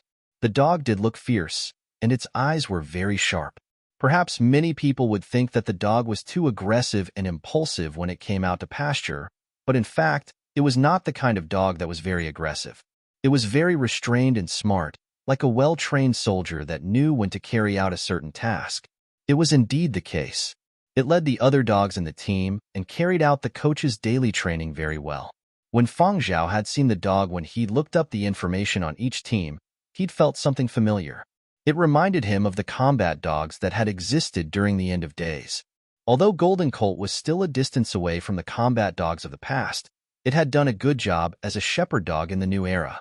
Combined with some of the experience his old friend Sumu had imparted to Feng Zhao, he had chosen Team 7 to win first place. As for the other teams, Feng Zhao had ranked them according to the results of his analysis. There was also a certain amount of luck involved. As for the 6th and 7th places, there were too many variables, so Feng Zhao had only placed bets on the order of the top 5. Sigh, looks like Muzhou's farm owners are used to playing this game. They don't feel the pinch even after throwing so much money into it, someone whispered. Hearing this, Wu Yi snickered to himself. Don't feel heartache? How could this be? Did they really think that their money fell from the sky? But this time, his cousin's farm was participating, so he had to give her some face. When the time came, he still had to show the betting slip to others. This was proof of his support. Maybe his cousin would be happy and give him another puppy. Why wasn't he depressed? When he placed his bet, His wife also placed $1 million on Shobei Farm in the 7th team. Although he really wanted his cousin's farm to win, compared to the other teams in the same team, the news about Shobei Farm this year was a little shocking. So, he asked his wife to place another bet. The two of them placed their bets. Overall, they did not win any money. They even had to pay some taxes, but the taxes were small amounts. As long as they did not make a loss, it was fine. Wui was still very satisfied. Other small farm owners had definitely placed bets on Team 7 in secret, but they would not say it out loud, especially not to people from other continents. He could not wait for people from other continents to bet with him. Even if they lost, they could still contribute to Muzhou. Every year, the Muzhou government spent a lot of money and manpower on improving the land, crops, and animal husbandry. It was used for technological development and construction, and every year, the sheep herding competition sucked in a lot of money from Muzhou tourists. Regarding this, farm owners were very happy. They were very happy to scam others. Wui was very happy to see those tourists from other continents throwing money. Catching a glimpse of their dejected looks, Wui was secretly happy. But when his gaze swept to Feng Zhao's table, he paused. Hey, those two fellas over there. Did you place your bets just now? How did it go? Wui asked loudly. Looking at you guys, you should have one, right? They were not people waiting to die. If they did not have the slightest bit of brains, how could they manage a medium-sized farm steadily? Wui's ability to discern people's thoughts from their body language was quite good. The two over there had smiles on their faces. Even if they had not made a killing, they had definitely placed their bets. Hey, someone placed their bets on first place? The tour group members looked toward Feng Zhao's table curiously. Feng Zhao was not smiling because he had placed his bets. He was smiling because he recalled Su Mu's story about how to train a shepherd dog. Hearing Wu Yi's question, he replied, "Not bad luck."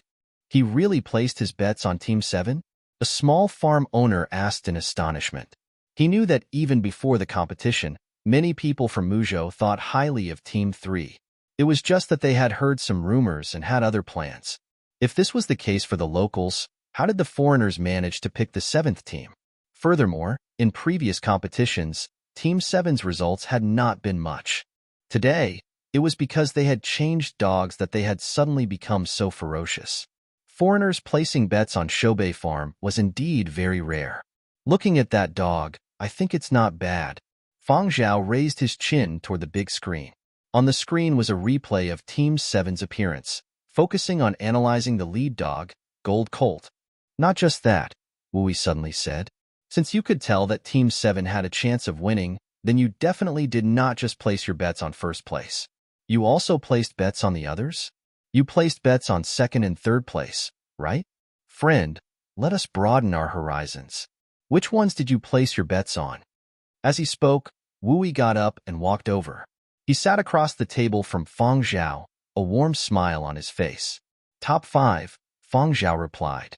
Wui felt that he had not heard clearly and asked again, What? I placed bets on the top 5. All, correct? Not bad luck.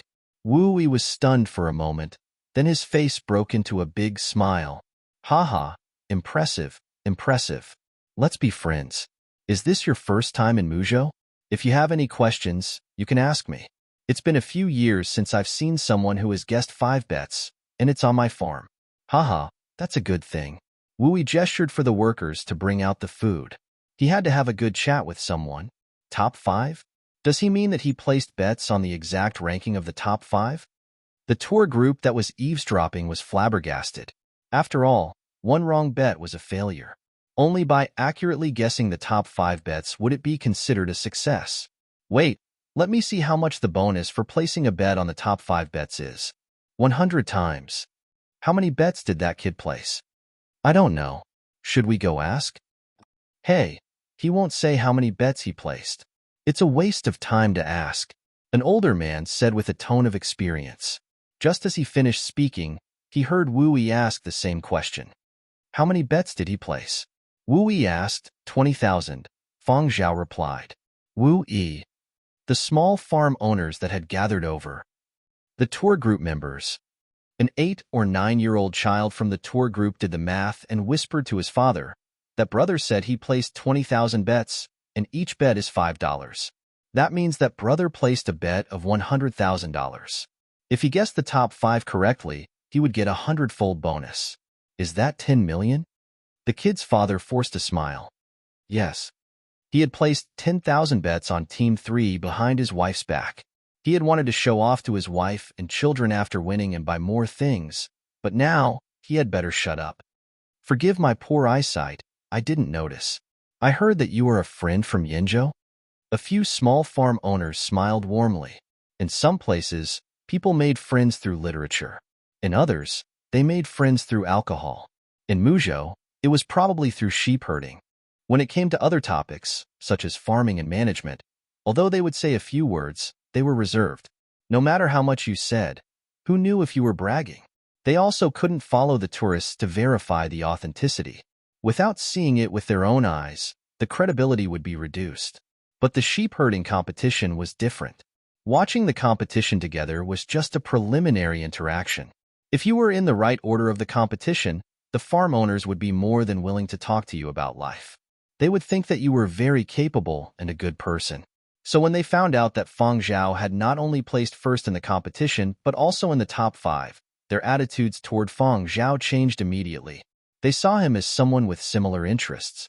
Originally, there had only been Feng Zhao and Zhuo Yu at the table, but now it became crowded.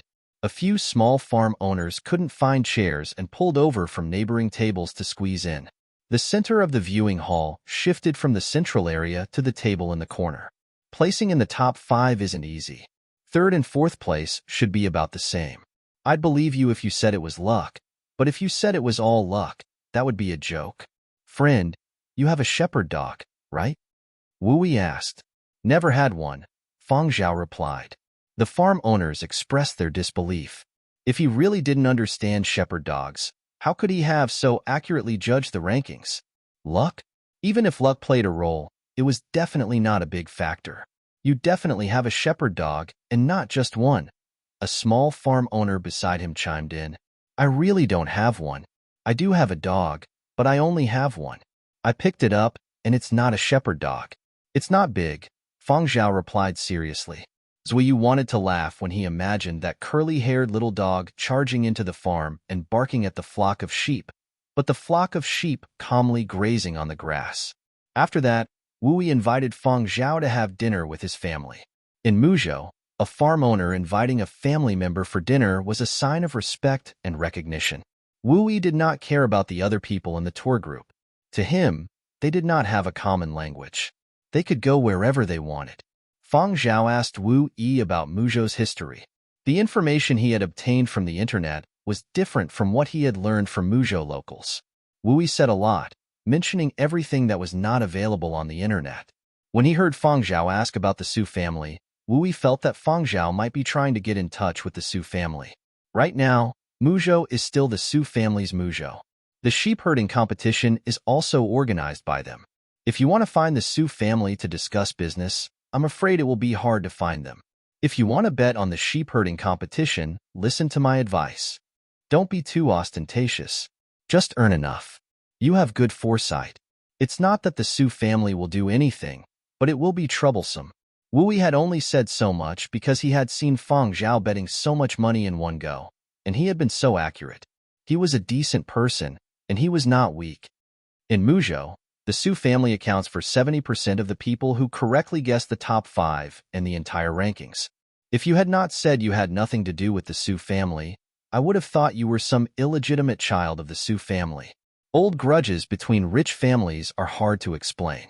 So, if you want to get in touch with the Su family, you better think twice. Picking the wrong people will be troublesome.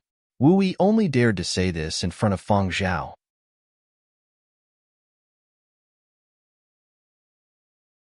Chapter 84. The next day, the weather was not bad. Feng Zhao did not stay long at Shanmu Farm and set off for Qingqing. Wu Yi could not bear to part with Feng Zhao. The day before, he had been exchanging experiences with shepherd dogs with Feng Zhao. The more they talked, the more he felt that Feng Zhao knew a lot. Feng Zhao's experience could be applied to Muzhou's shepherd dogs. This made Wu Yi's attitude toward Feng Zhao even warmer. He tried to persuade Feng Zhao to stay, but to no avail.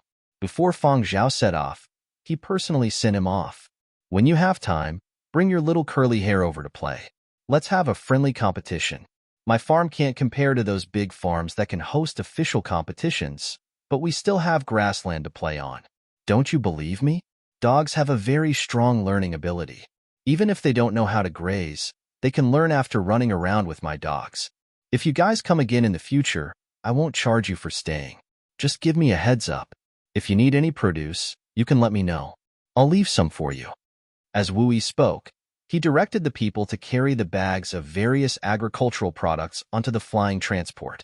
Wu Yi felt that Feng Zhao had taught him a lot during their chat the day before and felt apologetic. He felt that taking advantage of a junior at his age was too much, so he had people prepare a lot of gifts for Feng Zhao. Although he did not like foreigners, he was still very fond of people like Feng Zhao. That was how he was. If he liked someone and got along, he would treat them well. If he did not get along, he would not spare a glance. On the way from Shanmu Farm to Qingcheng, the weather was not bad. There were no disruptions to the flight. Although most of Muzhou was farmland, every city had a central district. Like other continents, there were many tall buildings. It was just that the distance between the buildings was rather far, so there would not be a situation like a black street. Every city had a sheep-herding arena. It was a place of celebration and cultural heritage in every city. As the capital of Muzhou, Qingcheng not only had a large farm, but its central business district was also rather luxurious. It had the world's largest sheep-herding arena. From the outskirts of Qingcheng to the central business district, it was like going through two extremes. One was a natural and primitive farming area, the other was a high-tech hub of the new era. Qingcheng had a special place for flying transports. Transports from other continents like Feng Zhao's were restricted in Qingcheng, and they were not allowed to enter the cemetery for martyrs. Therefore, if Feng Zhao and the others wanted to go to the cemetery, they had to choose another option. After parking his flying transport, Feng Zhao hailed a taxi and headed to the cemetery of martyrs. Like Yinzhou's cemetery for martyrs, Muzhou's cemetery for martyrs had a similar layout. There was a plaza, a grand monument, a scattered burial area, a public memorial area, a memorial hall, and so on. Everyone knew that Muzhou's cemetery for martyrs had a special place, the cemetery for meritorious service dogs. Other cemeteries might also have meritorious service dogs buried, but there were not as many as in Muzhou, and there would not be a dedicated cemetery like in Muzhou to bury dogs. Feng Zhao also knew that, at that time, Sumu's team had the most dogs among all the teams. During the war, many combat dogs had indeed died. The purpose of their existence was to coordinate with humans in battle, and when necessary, they would die in place of humans. After the founding era, Sumu presiding over the establishment of such a place was indeed within Feng Zhao's expectations. The cemetery for meritorious service dogs was also one of the reasons Muzhou's shepherd dogs had such a high status. At the entrance of the cemetery for meritorious service dogs was a statue of Great General Su Mu and a dog. Feng Zhao recognized that dog. Among all the dogs Su Mu had raised, he had the deepest affection for this dog.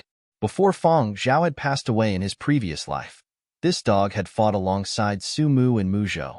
After Feng Zhao had been reborn, he had learned from history books that this dog had saved Su Mu's life. Otherwise, there would not have been a Su Mu among the great generals of the founding era. However, that dog had not lived to see the founding era. Arriving at the cemetery's core area, the identity verification process took some time. Because Feng Zhao was a foreigner, the verification process was more detailed. Zuiyu's verification process took even longer. That's how it is. Outside of Yinzhou, many special places have troublesome verification procedures. It's very troublesome, Zuiyu told Feng Zhao. Even if you pass the verification process and enter the cemetery's core area, you will be checked again by the cemetery guards. Cemetery guards? Yes, they are the people who were transferred here to guard the cemetery. They are a group of people with strong instincts. Most of them are transferred police officers. Every year, they take turns to guard the cemetery. Their noses are sharper than a dog's. Our instructor said that his former comrades are qualified to guard the cemetery. During Memorial Day, they were even transferred to guard the cemetery's core area. Just as Wu Yu finished speaking, someone came over. They had just entered the core area when a cemetery guard came over to check. He must have sensed my special identity, Zuiyu said to Feng Zhao in a low voice. He had come from the special forces, so it was understandable that these people would have their eyes on him so quickly. As the other party approached, Zuiyu took the initiative to show his identification. After looking at Zuiyu's identification, the man turned to Feng Zhao. Sorry, please show me your identification. When checking Feng Zhao's identity information, the other party even raised his head to look at Feng Zhao a few times, especially when Feng Zhao's identity information indicated that his occupation was composer. His flabbergasted gaze swept back and forth a few times, as if he didn't believe it. After the police officer left, Zuiyu asked Feng Zhao curiously, "Why did they take longer to check you than I did?" This was something Zuiyu did not understand. "Probably because I am more dangerous than you," Feng Zhao replied. Zuiyu did not believe it. Feng Zhao did not care what Zuiyu thought. He walked over to the towering tombstone and looked at the relief sculpture. The relief sculpture depicted the battle situation in Muzhou's war zone. There were even the silhouettes of cooperating dogs. Other than that, there was another relief sculpture depicting a few figures chatting and laughing together. It was not as serious as during the battle, and it seemed a little casual. They were all old friends. One of them was Feng Zhao from his previous life. Feng Zhao looked at the relief sculpture and smiled. He took a deep breath and slowly exhaled. He walked around the large tombstone and walked to the rows of smaller tombstones behind it. However, when Feng Zhao walked over, he realized that at the first tombstone in the first row, there was a person sitting there. He looked to be about 13 or 14 years old. He was a little chubby, and his head was resting on his knees. Feng Zhao could not see his face, but looking at the wet stains on the ground and the dripping saliva, he knew this chubby kid was sleeping. Running to the cemetery to sleep? And in the core area of Muzhou's largest cemetery for martyrs, sleeping in front of the first tombstone in the first row? And no one cared if he was drooling all over the ground? Given the vigilance of the cemetery guards and the strict management of the cemetery, it was impossible for such a situation to occur. Unless this person had a special status, for example, a Su family member. Only members of the Su family would sit here and sleep, and the caretakers of the cemetery would not chase them away. "Hey kid." Feng Zhao gently nudged the person sitting in front of the tombstone. "Ah. What?" That person raised his head, looking dazed. He raised his hand to wipe the saliva from the corner of his mouth and then turned his hand to the side.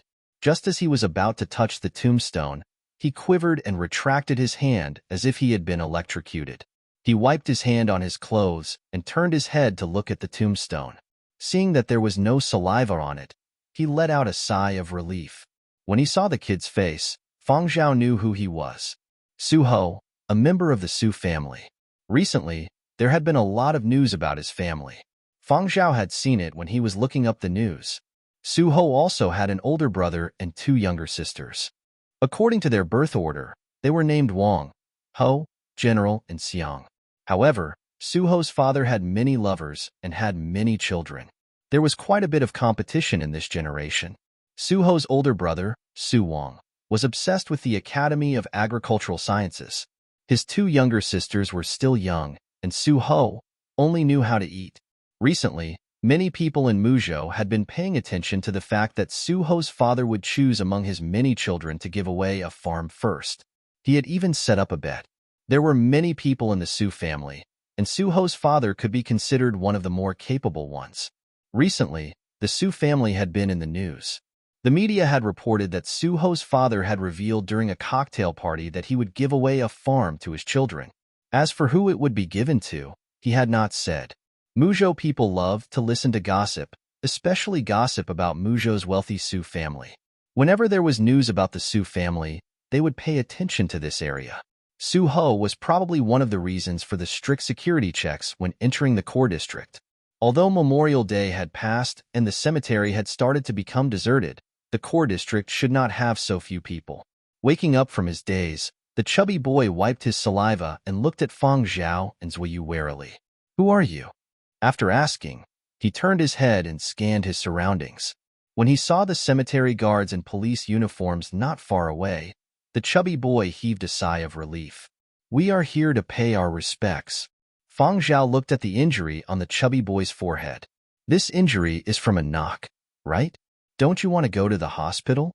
Based on current medical standards, this injury on the chubby boy's forehead was nothing. It would heal in 2 days. Not going. The chubby boy was furious when he heard about the injury on his forehead. No treatment. Fang Zhao did not press him. He examined the injury on the chubby boy's forehead and asked, "You kowtowed? This is more than 8 or 10 kowtows." "Not only that, I kowtowed 49 times. Su Ho rubbed the injury on his forehead. Just thinking about it made him angry. "You kowtowed for General Su Mu?" Fang Zhao asked with a smile. Su Ho's injury had not been inflicted today. It had probably been a day. It was just that he had refused treatment and looked a little scary. The mind of a child at that age always seems to be unpredictable. Nope. General Su Mu only needed to kowtow here 3 times. "I was sent to Yinzhou to kowtow," Su Ho said angrily. "Yinzhou? Which relative in Yinzhou needs you to kowtow so many times?" Fang Zhao asked. "Not a relative. It's a friend of an elder. Every year, someone is sent to pay respects. My brothers and sisters even lied to me, saying that the more I kowtow, the more the elder will bless me. In the end, after I kowtowed, they said there was no need to adhere to formalities and laughed at me for being silly." Zuyu thought to himself, your brothers and sisters probably did not expect you to be silly enough to take it seriously. This IQ. Is he really a member of the Su family? "We are from Yinzhou. Who did you kowtow to? Let me see if you know him," Zuyu asked. "You are from Yinzhou? Do you know this Fang Zhao person?"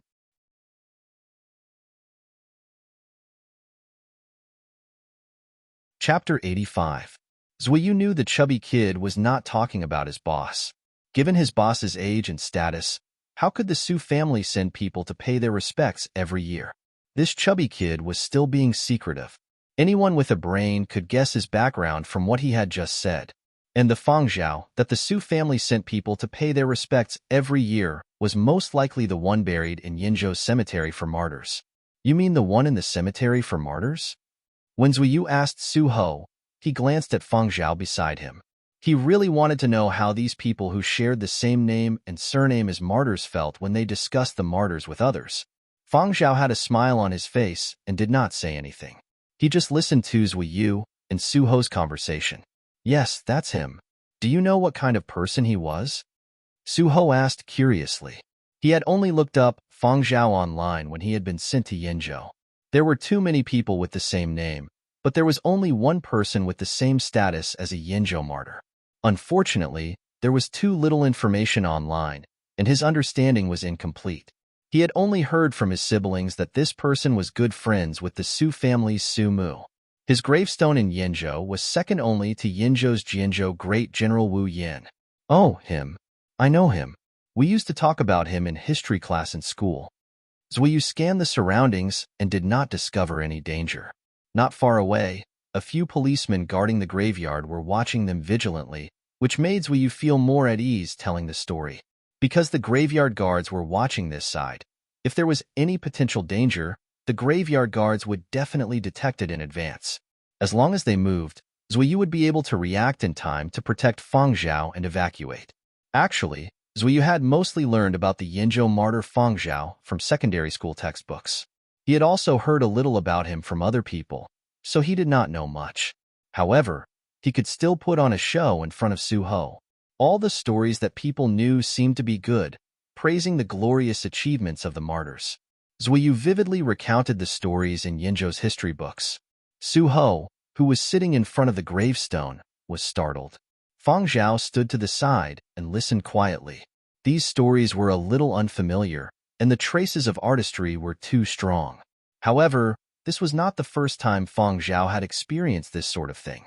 When he had gone to the Yinzhou cemetery for martyrs before Memorial Day, there had been people telling stories at the memorial hall that had also mentioned him. There were even more traces of artistry there. Shaking his head with a silent smile, Fang Zhao looked up at Su Mu's tombstone. Su Mu's gravestone was similar to Wu Yan's gravestone. 2 sentences summarized his life, followed by Su Mu's contributions to Muzhou. Compared to Wu Yan, who was a generation younger than them, Fang Zhao, Su Mu, and the rest were more familiar with Wu Yin, who had also lived through peaceful times and struggled in the apocalypse. 500 years later, visiting the graves of his old friends was a complicated feeling. Fang Zhao did not know how to describe it. When he had been reborn and watched his old friends start the new era, Fang Zhao had also been envious. But if those old friends knew that he had been reborn 500 years later, perhaps they would also be envious, right? Zuyu talked nonstop for half an hour. The facial muscles of the policemen guarding the cemetery were twitching. They probably didn't expect Zuyu to be so talkative. When Zuyu finally stopped, Su Ho was still not satisfied. Anything else? Can you tell me how Fang Zhao met Great General Su Mu, Great General Lu Shi, Great General Wu Yin, and the others during the period of destruction? Su Ho asked expectantly. There are too many to finish, Zuyu replied. Actually, Zuyu himself did not know that his stomach was almost empty. Make it up? That would be disrespectful to the martyrs. Better not say.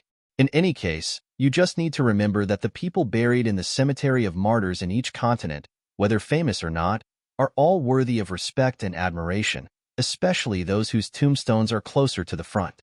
Those are all great people, Zuyu concluded. Su Ho was a little disappointed that he could not hear more stories. He rubbed the wound on his forehead and grinned. That's good. He had heard many stories about the Su family's ancestor, Su Mu, who had reclaimed Muzhou. He had also seen many movies of that era. Every teenager had a superhero dream, so he idolized Su Mu. When he had been given a mission to pay his respects in Yinzhou, he had been happy to do so. Because he had grown up in Muzhou, he had only heard stories related to Muzhou. He did not know much about the leaders of the period of destruction outside Muzhou. If what Zuyu said was true, then all the suffering he had suffered had been worth it. It had not been for nothing. The resentment he had felt from being cheated by his brothers and sisters dissipated after hearing Zuyu's words. Once his anger subsided, Su Ho felt his forehead hurting. He knew that it was not good for him to stay here. If he was spotted by the entertainment media looking for news, he would be in trouble again. As he got up and prepared to leave, Su Ho said to Zuyu, "Your stories are not bad. Let's add each other as friends. When I have time, I will look for you guys in Yinzhou." Su Ho felt that these two new people were not bad. Although he was not smart, he could sense both good and bad intentions coming from them. Furthermore, these two had not asked about his family matters. At least they did not have any ulterior motives. If they added each other as friends, in the future when he was bored and wanted to hear more stories, it would be easier to find them. This is my contact number. My name is Su Ho. After Su Ho gave his name, he looked at Zuyu's and Fang Zhao's reactions.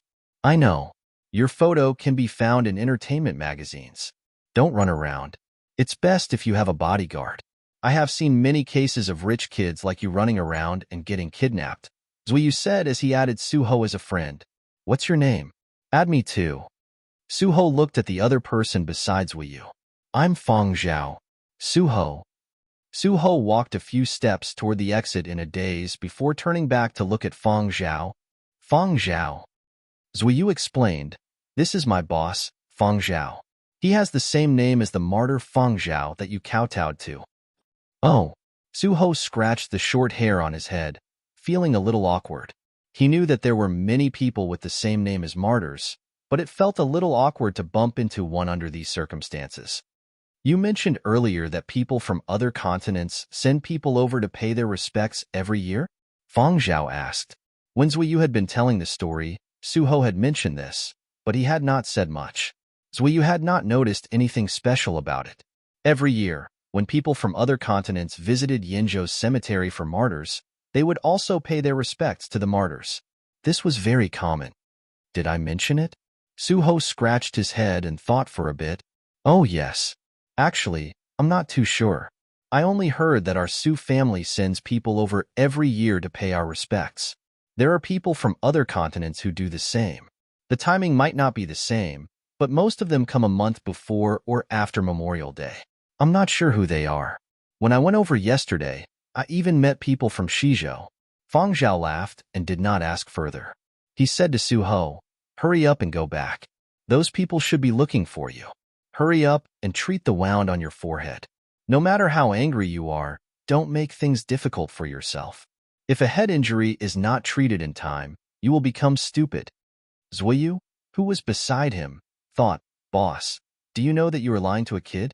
However, Suho believed him. He felt that he was already not smart. If he became even more stupid, help!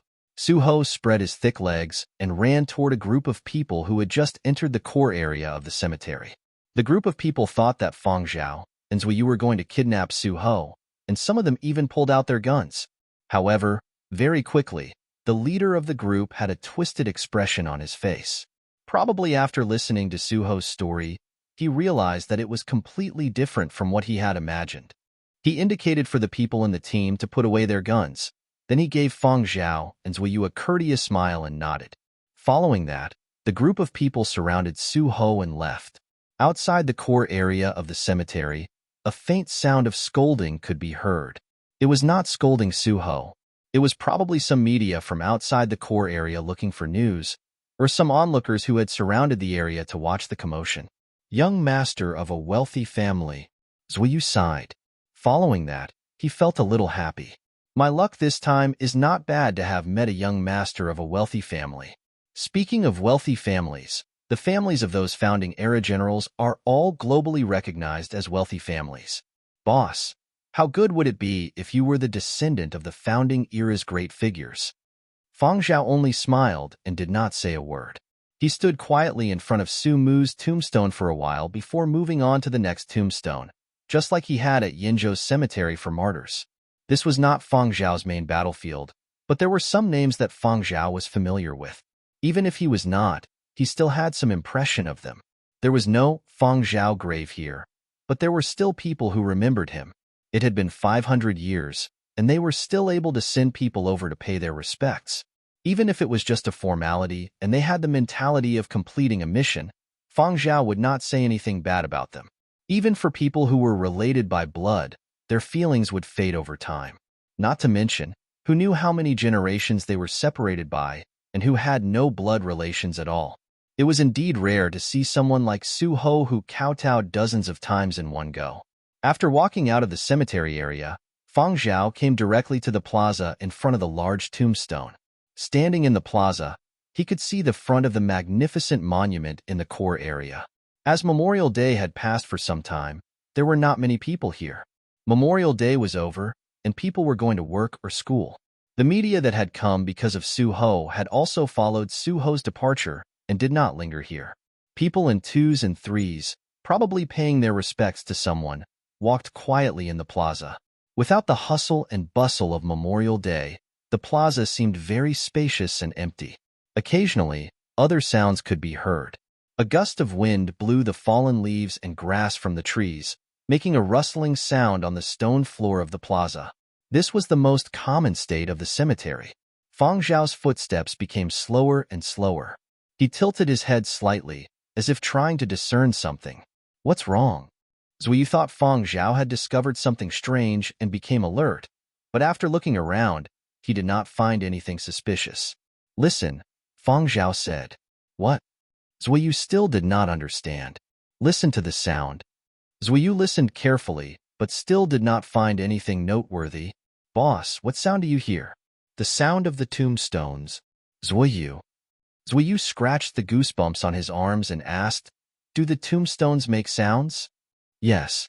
Every tombstone, big, small, near, far, has their own sound.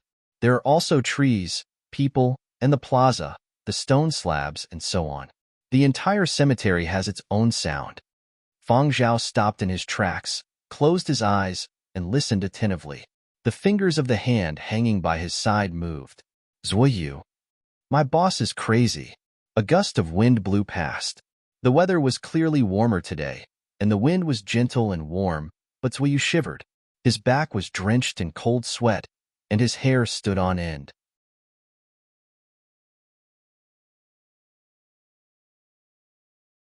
Chapter 86. Feng Zhao was not trying to scare Zuoyu, nor was he speaking blindly. He was really listening attentively, but it was different from what Zuoyu had imagined. The sounds that Feng Zhao heard were converted into a different language in his mind. Musical notes, emotions, scenery, sounds. These were all sources of inspiration. Although the trip to the cemetery in Yinzhou had allowed Feng Zhao to more or less complete the draft of the score, Feng Zhao had always felt that it was still lacking. Now, he was looking for it bit by bit. The feeling that the Muzhou cemetery gave Feng Zhao was different. The emotions, scenery, and sounds were different. Naturally, the tune that rang out in his mind was also different. When Feng Zhao listened, he would modify the tune in his mind from the first time, bringing it closer to the level he had envisioned it to be. But while Feng Zhao was immersed in his creative inspiration, Zuiyu was different. He would subconsciously check out his surroundings for any abnormalities and turn his head to see if there were any changes in the direction of the tombstones.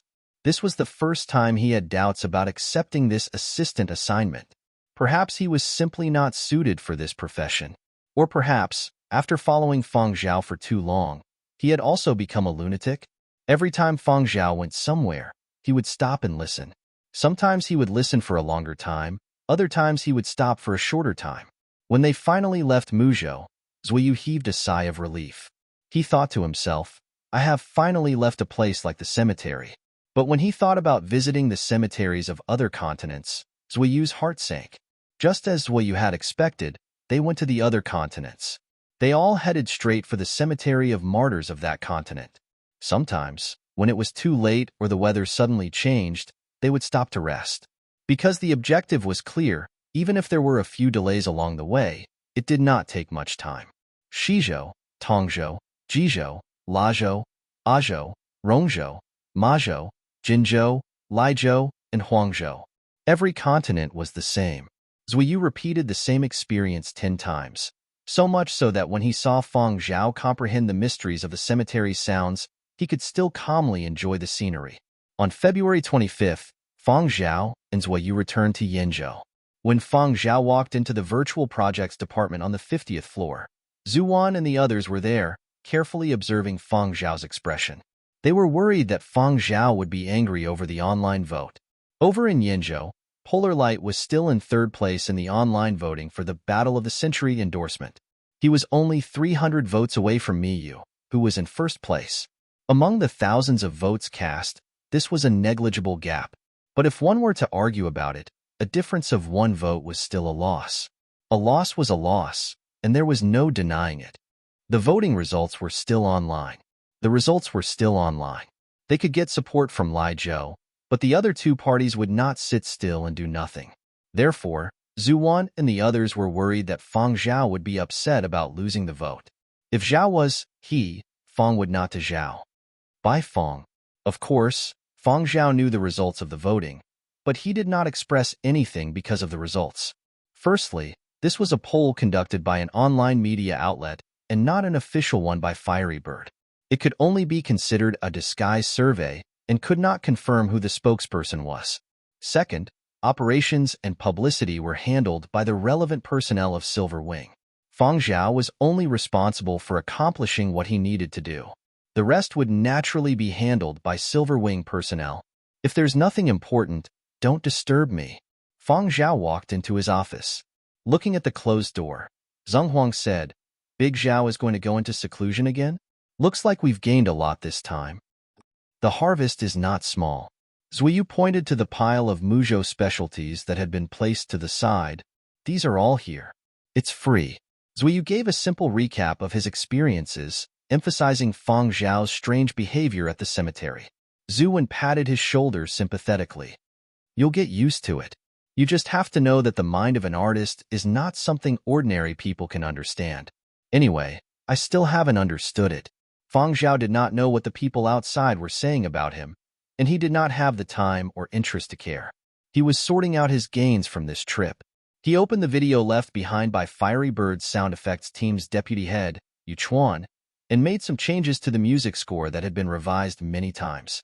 The next day, after a sleepless night, Feng Zhao finally completed the music score and contacted Duan Xinji. You can start recording now. The memory card that had been used to take pictures had been returned. What Feng Zhao needed to do now was to complete the recording of the song and save it together with the music score onto the card. February 28th. Huangzhou, Fiery Bird Headquarters. Sound effects team head, Huali, hammered his forehead with his fist. After taking a few deep breaths, He removed his headphones and asked Yuchuan beside him, "How does it feel?" What they had just listened to was the 11th demo they had received. It was not complete, just a portion. The first draft of the music score had also been provided. Given Huali and Yuchuan's abilities, they could naturally use this demo and the first draft of the music score to form a rough outline of the entire song. Yuchuan also removed his headphones and shook his head. If the final draft doesn't have many changes, then that's about it.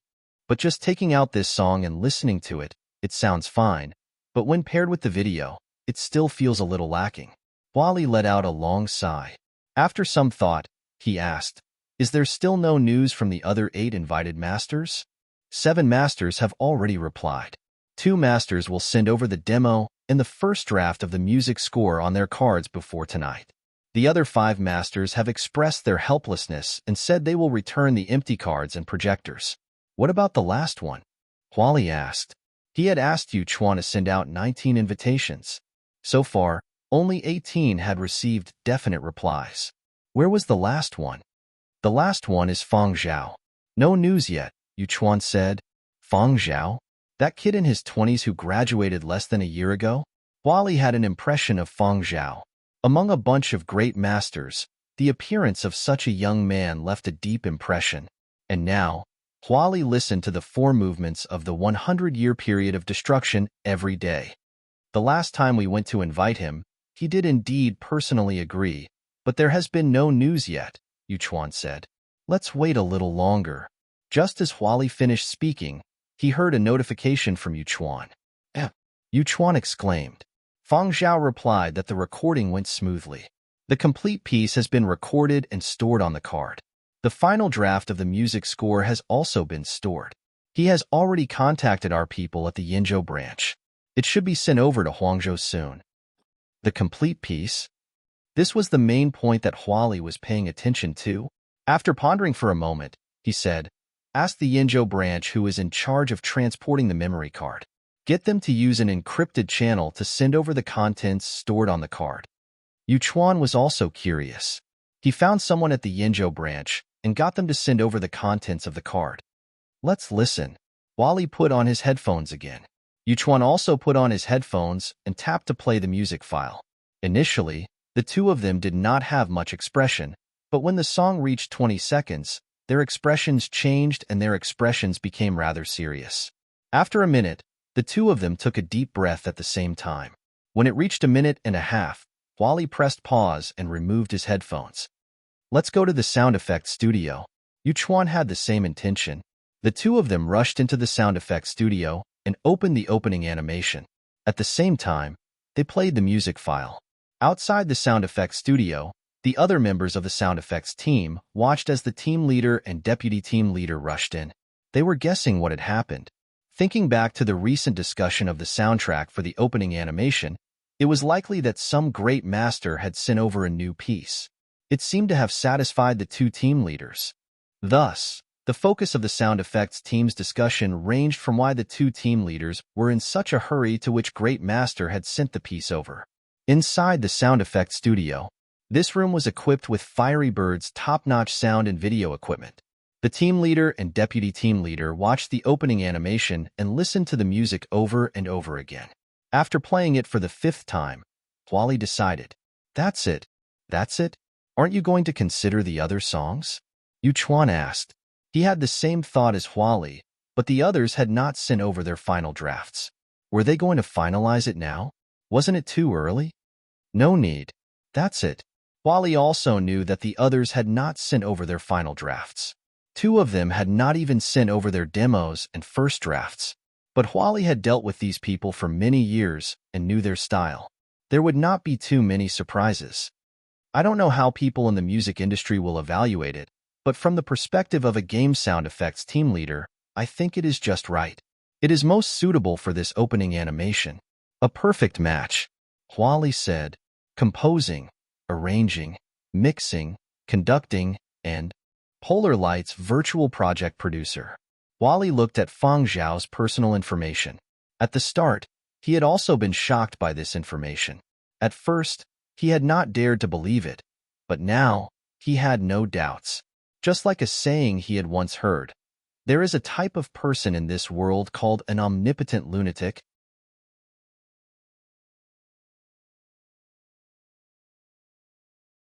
Chapter 87. Duan Xinji had not been in a good mood. She had lost the online vote and received a lot of mockery. Even though she had been through similar situations countless times and had been mentally prepared, this was the first time Silverwing had successfully launched a virtual idol. Perhaps the start had been too smooth and her expectations had been too high, so she was a little disappointed when she saw the results.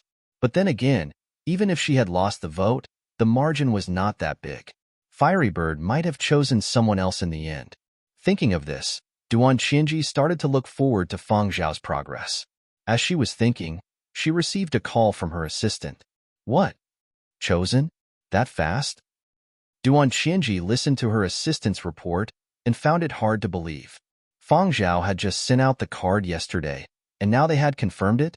That was the soundtrack for the opening animation. 18 other great composers had been invited along with Fang Zhao. How could they have chosen so quickly? If she had not known about Fang Zhao's background, Duan Xinji would have suspected that Fang Zhao had ties to Firybird. Otherwise, how could they have decided on the score so quickly? According to Duan Xinji's original plan, the sound effects team would have to be carefully screened, hold a meeting, listen together, and then vote. All sorts of procedures would take at least 2 to 3 days, right? But now, it seemed like Firybird had already confirmed it yesterday. The reason they had only contacted Fang Zhao today was to discuss the remuneration. Firybird had always made an appointment with the composer first. Then, based on the final version of each composer's composition, the price would be evaluated once again. Even if the composition was not selected, it would be evaluated based on the quality of the composition and the price would be different. Everyone in the industry who knew about music knew about this, and no one had ever raised any objections. As a businesswoman, this was what Duan Xinji was most concerned about. What are their quotations? Fang Zhao had signed a contract with Silverwing, but after the 4 movements of the 100-year period of destruction series were completed, he had signed a new contract. Fang Zhao had a certain degree of freedom and was considered a half-partner. This meant that he could take on his own composing outside of Silverwing's assignments, but he had to let Silverwing know. During the term of his contract, he could not leave Silverwing for another company. Compared to other people in the industry, Fang Zhao's treatment was already very special. This was Duan Xinji's preferential treatment for Fang Zhao. It was rare to meet someone who could support a virtual idol project and could single-handedly take on Pegasus Studios. After asking Fang Zhao's opinion, Duan Xinji had signed a new contract, but it had never been made public. All that could be found on the company's intranet was an A-grade contract. And this time, Firybird had approached Fang Zhao. Actually, it could only be considered a collaboration between Firybird and Fang Zhao, not a collaboration between Firybird and Silverwing. Furthermore, Silverwing was even freeloading, so no matter how much Firybird offered, it would all go to Fang Zhao. But now, Silverwing and Fang Zhao were tied together. The better Fang Zhao was, the higher the bids they received, and the better it was for Silverwing. However, after Duan Xinji heard the assistant's reply, her expression became very strange. That's what they said? All right, I understand. After the call ended, Duan Xinji told the driver in front, when we reach the company, don't go to the top floor. Drive straight to the 50th floor. Duan Xinji got the driver to drive to Silverwing's 50th floor. When she arrived, the virtual idol project staff were all standing there waiting. Big Boss was here. Of course they had to be respectful. Zuwen was a little nervous. He was afraid of Duan Xinji. Even though he had followed Fang Zhao to the top floor a few times and was not as timid as he had been at the beginning, he still got nervous. The others were not much worse off than Zuwen. They all thought back to the Polar Light interview a few days ago. They did not seem to have done anything wrong. The technology and guidance had all been arranged in advance. Pang Pusong's dubbing was also fine. His lines were all according to the script. There shouldn't be any problems. So what was Big Boss's purpose in coming here now? A surprise inspection? Even though Duan Xinji had a faint smile on her face, she still gave off a serious vibe. The entire 50th floor was much quieter. Everyone's behavior became more cautious. The only person who was calm was probably Fang Zhao, who had arrived even later than Boss. Fang Zhao had rushed over from home after receiving Duan Qinji's notice, so he was one step behind Duan Qinji. "You're here?" Duan Qinji's smile deepened. "I have something to tell you. Your piece was chosen by Fiery Bird's sound effects team. Only the core staff of the Polar Light Project were here, and they could be considered reliable. Coincidentally, they needed some good news to raise their morale." Thus, Duan Qinji did not avoid the others when she spoke, but she did not specifically mention which part of the game the piece was for. This point did not need to be explained. Fang Zhao naturally understood. Knowing that his composition had been chosen, Fang Zhao was naturally happy, but he was not ecstatic. He just smiled and waited for Duan Qinji to continue. Coming directly to the 50th floor was definitely not just to tell him this piece of news. Observing the changes in Fang Zhao's expression, Duan Qinji sighed in her heart. She felt that Fang Zhao could really keep his composure.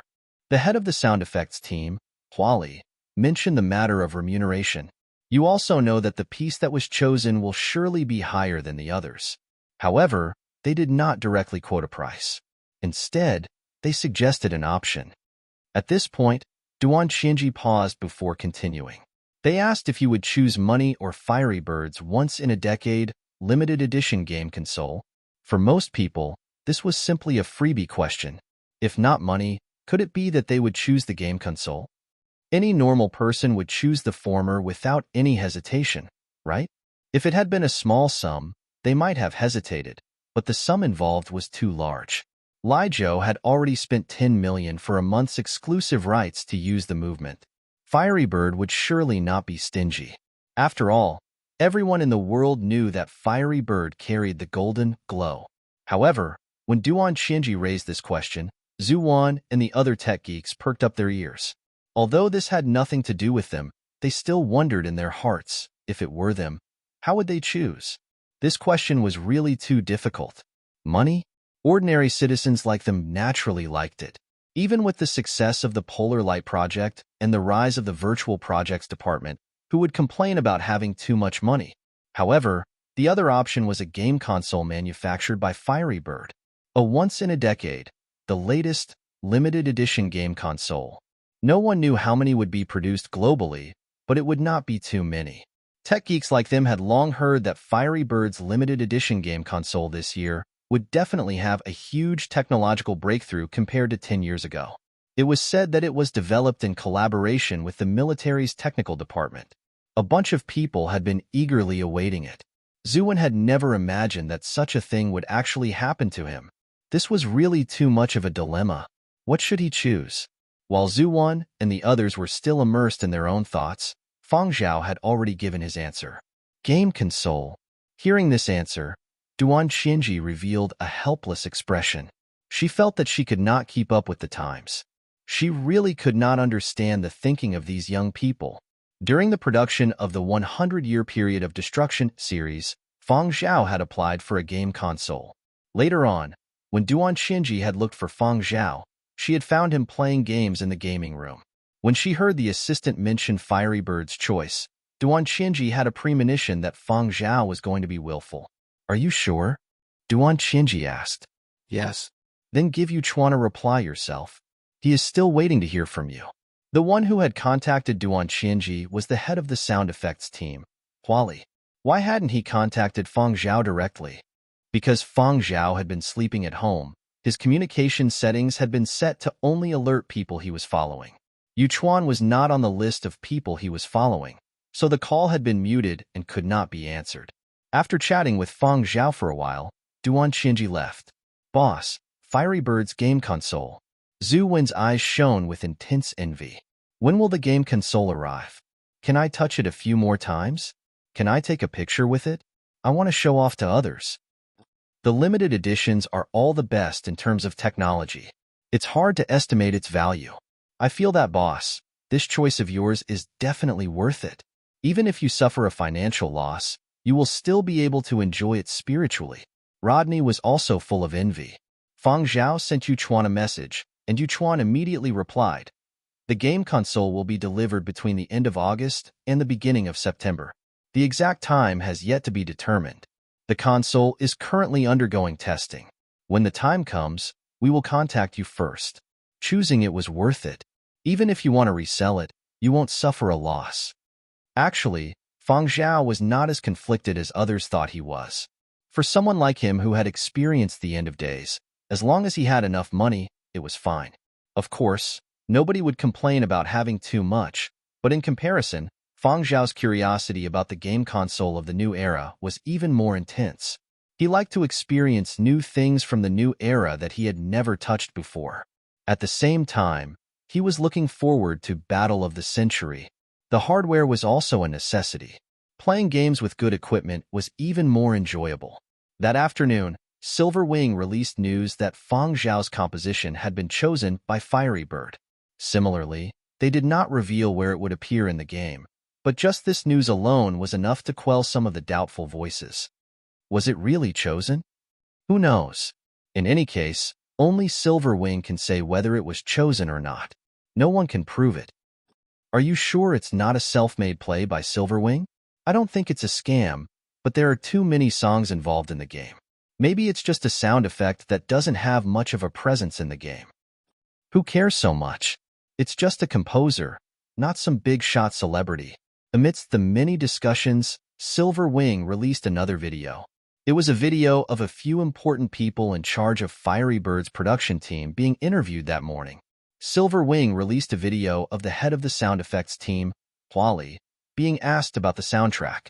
Huali said that the game's sound effects were basically complete and emphasized his thanks to a series of master composers. Among them was Feng Zhao's name. Feng Zhao is a composer that surprises people. I look forward to our next collaboration.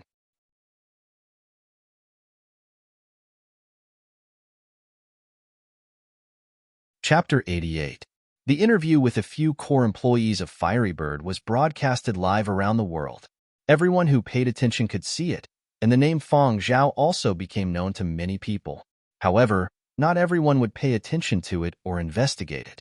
Only people in the industry would notice it. Feng Zhao, not bad.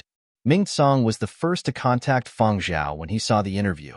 Many people said that Ming Tsang had become a die-hard fan of Feng Zhao. Most of the messages posted on Ming Tsang's social media page were about his son, Ming Yi. At the same time, Feng Zhao was mentioned as well. Therefore, people who were familiar with Ming Tsang, whether they were in the entertainment circles or not, would not be unfamiliar with the name Feng Zhao. Actually, a few people I know received invitations from Fiery Bird this year, but I never expected that you would be chosen. After the release of the fourth movement, Ming Tsang had gone to Silver Wing to personally thank Feng Zhao. At that time, a friend from the music industry had come over from another continent, saying he had something urgent to discuss with him. Ming Tsang had no choice but to leave Silver Wing early and rush home. The friend who had contacted him was one of the people who had received invitations from Fiery Bird this year. Since they had signed a confidentiality agreement, the other party only told Ming Tsang what he could and brought up some of the difficulties he had encountered to discuss with Ming Tsang.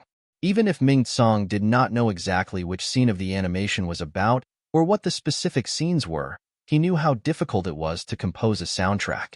He even invited a few friends who specialized in composing soundtrack for games and movies to discuss it with him.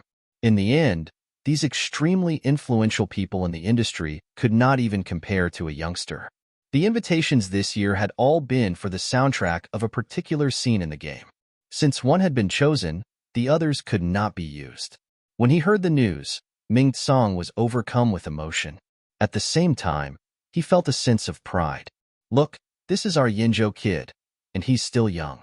Just as Xuejing, who was compiling teaching materials, had said, the new wave of Yinzhou's music industry could very well be led by youngsters like Feng Zhao. Oh, right, Feng Zhao. Do you know the Qian faction? I've added you to a group. On a global scale, creators would often band together to fight for more resources and opportunities. Some of these groups were formed with schools as the core, while others were formed by private individuals. Among the more well-known groups, the Qian faction was one of them. The group that Ming Tsang had added Feng Zhao to was the core strength of the Qian faction. There were only 99 people in the group. After Feng Zhao joined, the number reached 100. They were all from the music circles. 1/3 of them were people at Ming Tsang's level. They were rather famous in Yinzhou's music circles. Even if Feng Zhao did not pay special attention to news in the music circles, he would still find those names familiar. As for the remaining two-thirds, half of them were experienced but not as powerful as Ming Tsang and the others, while the other half were youngsters who had already begun to make a name for themselves. Of course, these youngsters could only be considered slightly famous within the music circles. Compared to the entire entertainment circle or the entire Yinzhou, they were not that famous. Whoa, Feng Zhao. We should have pulled him in long ago. A professor who was still teaching at the Qi, an academy of music, said excitedly. The younger generation will surpass us in time. According to my understanding, Fiery Bird sent out more than 10 invitations this year, right? This time, Yinzhou invited Feng Zhao, and in the end, they still chose him. I really wonder what kind of work it is. Another person who was no longer teaching in school but had formed his own orchestra to perform all over the world said. Only the higher-ranking big shots in the circle were talking. Occasionally, someone in the middle would interject. As for the youngsters at the bottom of the group, no one dared to interrupt. Feng Zhao was probably the only exception among them. Greetings, seniors. In terms of seniority, Feng Zhao was indeed still in the younger generation, but in terms of influence, Feng Zhao did indeed have the qualifications to discuss with these seniors.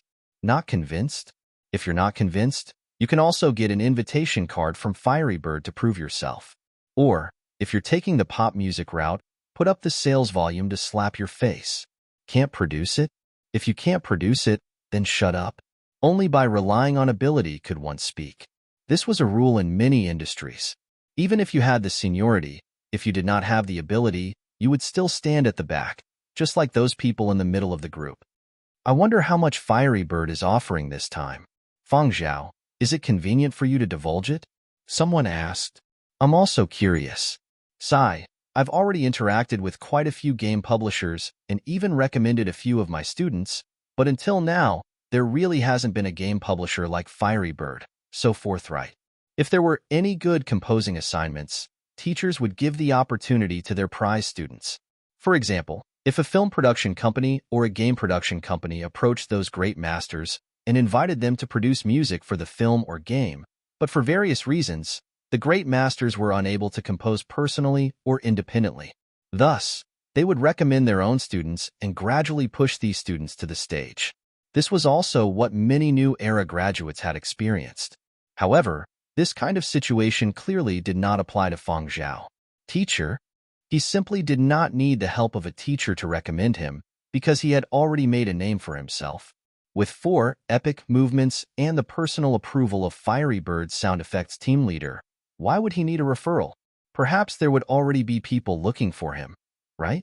However, what everyone was most curious about was Fiery Bird's offer for Feng Zhao. I don't need a specific figure, just a rough estimate will do. This place is still considered safe, Ming Tsang said. This was also a way of telling Feng Zhao that those who could stay in this group were rather tight-lipped. This kind of thing could be mentioned, because it was also a way of proving one's ability. Not every artist would use their artistic achievements to measure their status. Of course, there's no need to force it if it's inconvenient. Everyone can understand, Ming Tsang said. Yeah, everyone is just curious. We're not forcing you. If you can say it, then say it. If you can't say it, everyone can understand. Everyone has experienced this kind of thing before. A professor from Qi, an academy of music, said. Right. I worked with Fiery Bird in the past. For that game that was released 10 years ago, one of my compositions was background music for a half-minute interlude. Back then, they offered me over 10 million. I heard that other people offered even more, such as a longer opening animation or some more crucial interlude. The music that was chosen for those parts were all offered rather high prices. Your situation should be similar to mine. I just want to know, 10 years later, if the price is any different from 10 years ago.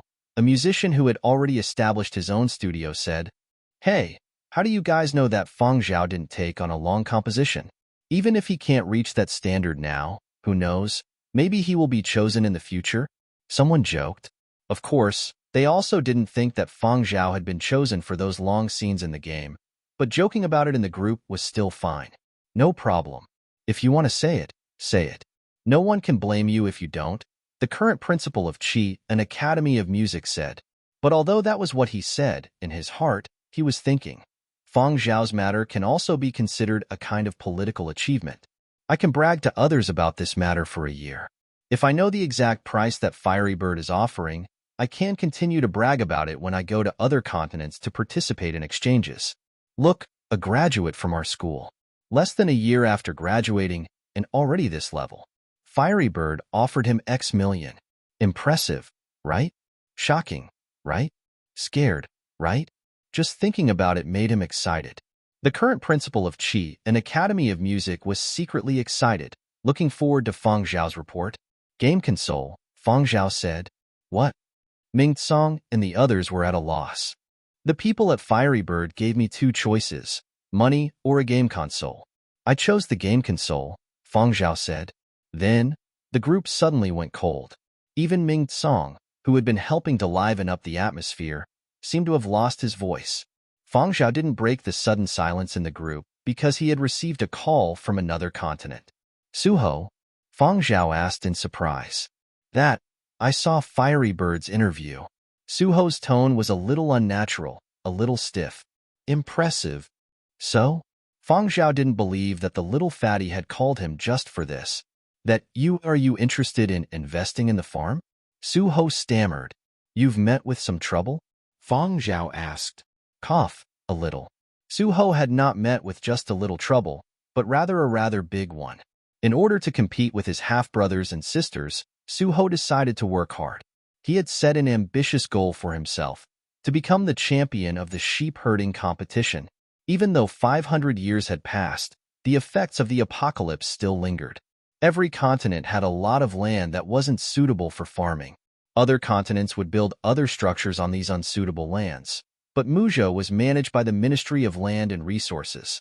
Every year, they would release some newly improved land that could be used for farming, and the prize for the champion of the sheep-herding competition was a newly released plot of land. Suho's goal was set too far. This was the evaluation of everyone who knew what Suho was thinking. The sheep-herding competition had already started for some time.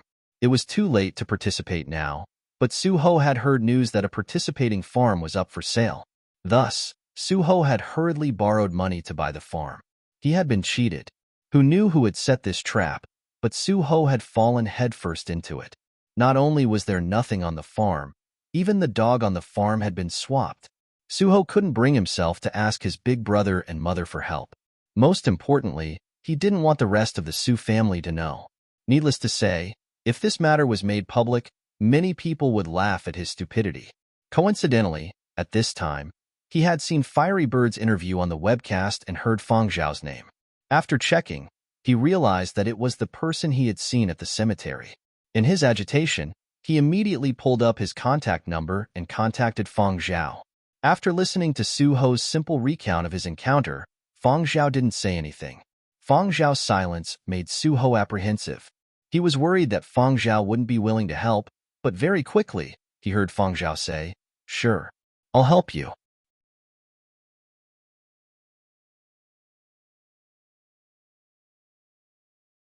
Chapter 89. Really? Thank you so much. Do you know anyone who has a shepherd dog? I heard a dog barking. You have a dog? Fang Zhao happened to be teasing Curly Hair, and Suho heard a series of barks. I have a dog, but it's not a shepherd dog. No problem. When you come to Muzhou, bring it along. Let's see if you can train it for sheep herding. Suho did not hide the fact that he had bought the farm from Fang Zhao. The reason he had said it was bad was that although the farm was big, the soil was no longer suitable for farming. Muzhou farm owners were not completely unconcerned. They paid attention to the weather and other matters related to agriculture. Soil improvement and replanting were all knowledge that had to be mastered. However, not everyone could personally care about it. There were always lazy farm owners who did not know what they were doing and still fooled around. As a result, a good piece of land became more and more out of place. The piece of land that Suho had bought was one such example. The images he had seen and the information he had obtained were completely different from what he had seen with his own eyes. The land had already been ruined and had been tampered with. If he wanted to replant it, he would have to find a specialist to adjust it. And the person who had set the trap had grasped Suho's eagerness to find a farm. Practically every move that Su Ho had made had been calculated accurately. Clearly, the person who had set Su Ho up knew him well and could guess who it could be with just a little thought. However, Feng Zhao had no interest in the trivial matters of the Su family. After dealing with the matters on hand, Feng Zhao applied to go out again. Duan Qinji felt a headache coming on. Going out to collect materials again? No, this time I'm going out to expand my business, Feng Zhao replied. Duan Qinji found it funny. Expand your business? Can you get sponsors, or can you get commercials? Advertisements in Muzhou were notoriously hard to get. Polar Light's development in Muzhou had already been arranged. They had prepared for both sides. Getting the endorsement deal was one way, and if not, they would take the other. Regardless of whether Polar Light was selected, Duan Qinji would not allow Silver Wing's most promising virtual idol to be ruined. Feng Zhao had given Polar Light a magnificent debut. If this good hand was ruined, Silver Wing could not be called one of Yinzhou's top 3 entertainment companies. Fiery Bird's endorsement deal would be announced in May. During this period, Silver Wing would be releasing a war film. Polar Light would also have a role in it, so the virtual projects department was still busy. His main job was to compose, but not every Silver Wing film required him to compose. Otherwise, why would Silver Wing sign so many composers just for fun? Was the Pegasus workshop a bunch of trash? Therefore, now that Feng Zhao had completed the work on hand, he was idle again. Since Su Ho had matters to attend to, he would make another trip over. Unlike the last time, besides Feng Zhao and Zui Yu, there was also a dog in the flying transport. Perhaps it was his first time riding in a flying transport, but Curly Hair wasn't used to it. He paced back and forth anxiously before finally lying down at Feng Zhao's feet. Zui Yu glanced at the dog at Feng Zhao's feet and said, "Boss, isn't it inappropriate to bring this dog over? Dogs in Muzhou tend to be bigger, like that black dog we saw at Shanmu Farm the other day. That one was huge, right? Actually, it hasn't matured yet, but compared to those professional shepherd dogs on farms, this dog of ours is just like a toy. Won't it be bullied if we bring it over? Think about the size of the sheep on Muzhou farms, and then look at this dog. Forget herding, who knows, maybe it's afraid of sheep." Feng Zhao looked at a history book in his hands and said, "Curly Hair's IQ is very high, and he learns things quickly. When the time comes, let him learn from those professional shepherd dogs. Even if he can't herd sheep, he can still learn a little." Following the coordinates Su Ho had given, Zui Yu piloted the flying transport to a farm in the eastern part of Muzhou. Unlike the other farms they had seen along the way, which were full of life, this farm seemed very desolate. There was nothing growing on the ground, and not even much grass grew on the large pasture. A few listless dogs were lying at the side, yawning. When they saw the flying transport, they couldn't even be bothered to respond. Su Ho was already waiting there with an awkward smile on his face. "Big Brother Zhao, you're here." Su Ho hurried forward. "Call Master Zhao," Feng Zhao said. "Yes, Master Zhao."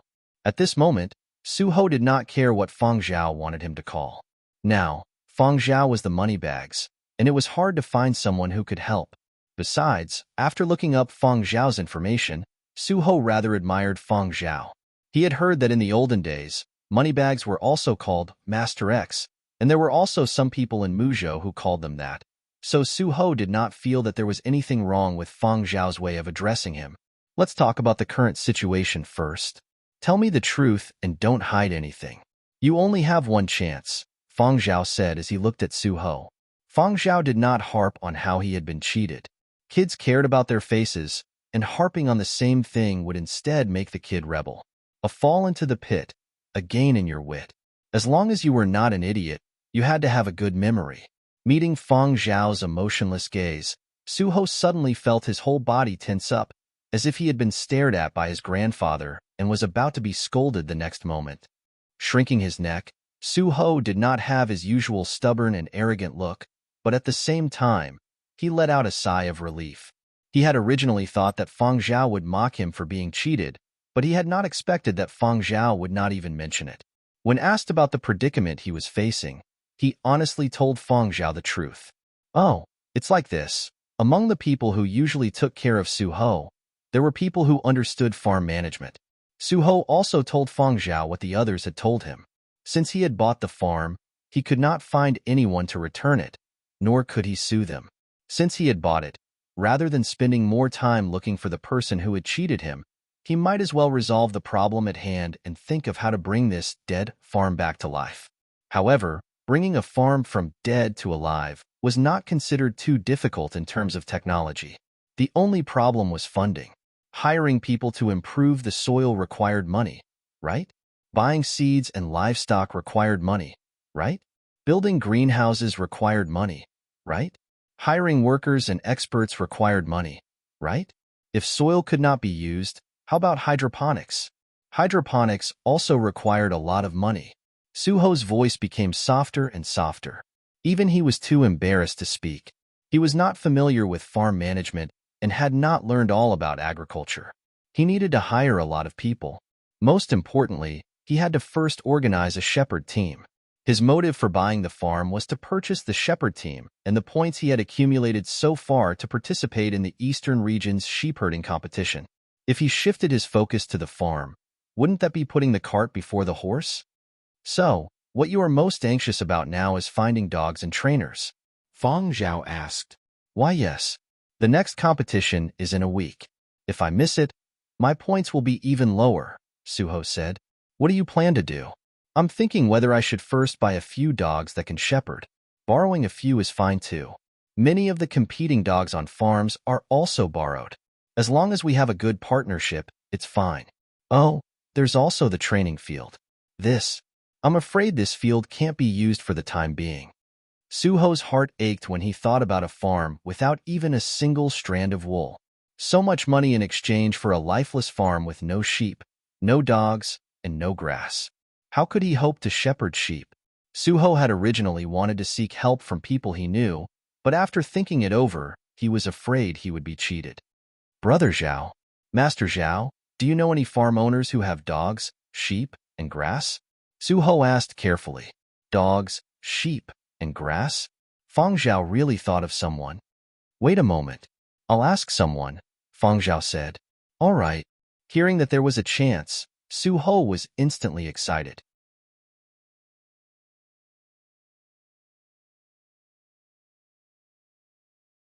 Chapter 90. Fang Zhao contacted Wu Yi and asked if he was interested in participating in the sheep-herding competition. Fang Zhao selectively mentioned a few things about Suho. Actually, even if Fang Zhao did not mention it, Wu Yi and the others, who were well-informed, would still know. How Wu Yi chose depended on himself. This really piqued Wu Yi's interest. The competition between the younger generation of the Su family, Suho, and the others did not pose a threat to him. How he chose was based on his own interests. Wu Yi's farm was not considered large in the eastern region, but he was not a person without ambition. It was just that his funds had been limited in the past, and he had not organized a shepherd team. He could only support his relatives who had the ability, hoping that they would help him. But now, it seemed that the benefits he had received were not enough to satisfy him. Wu Yi was very tempted by Fang Zhao's suggestion. Even if he could not get much out of it, it would not be a bad idea to let his shepherd dogs get a chance to train for free.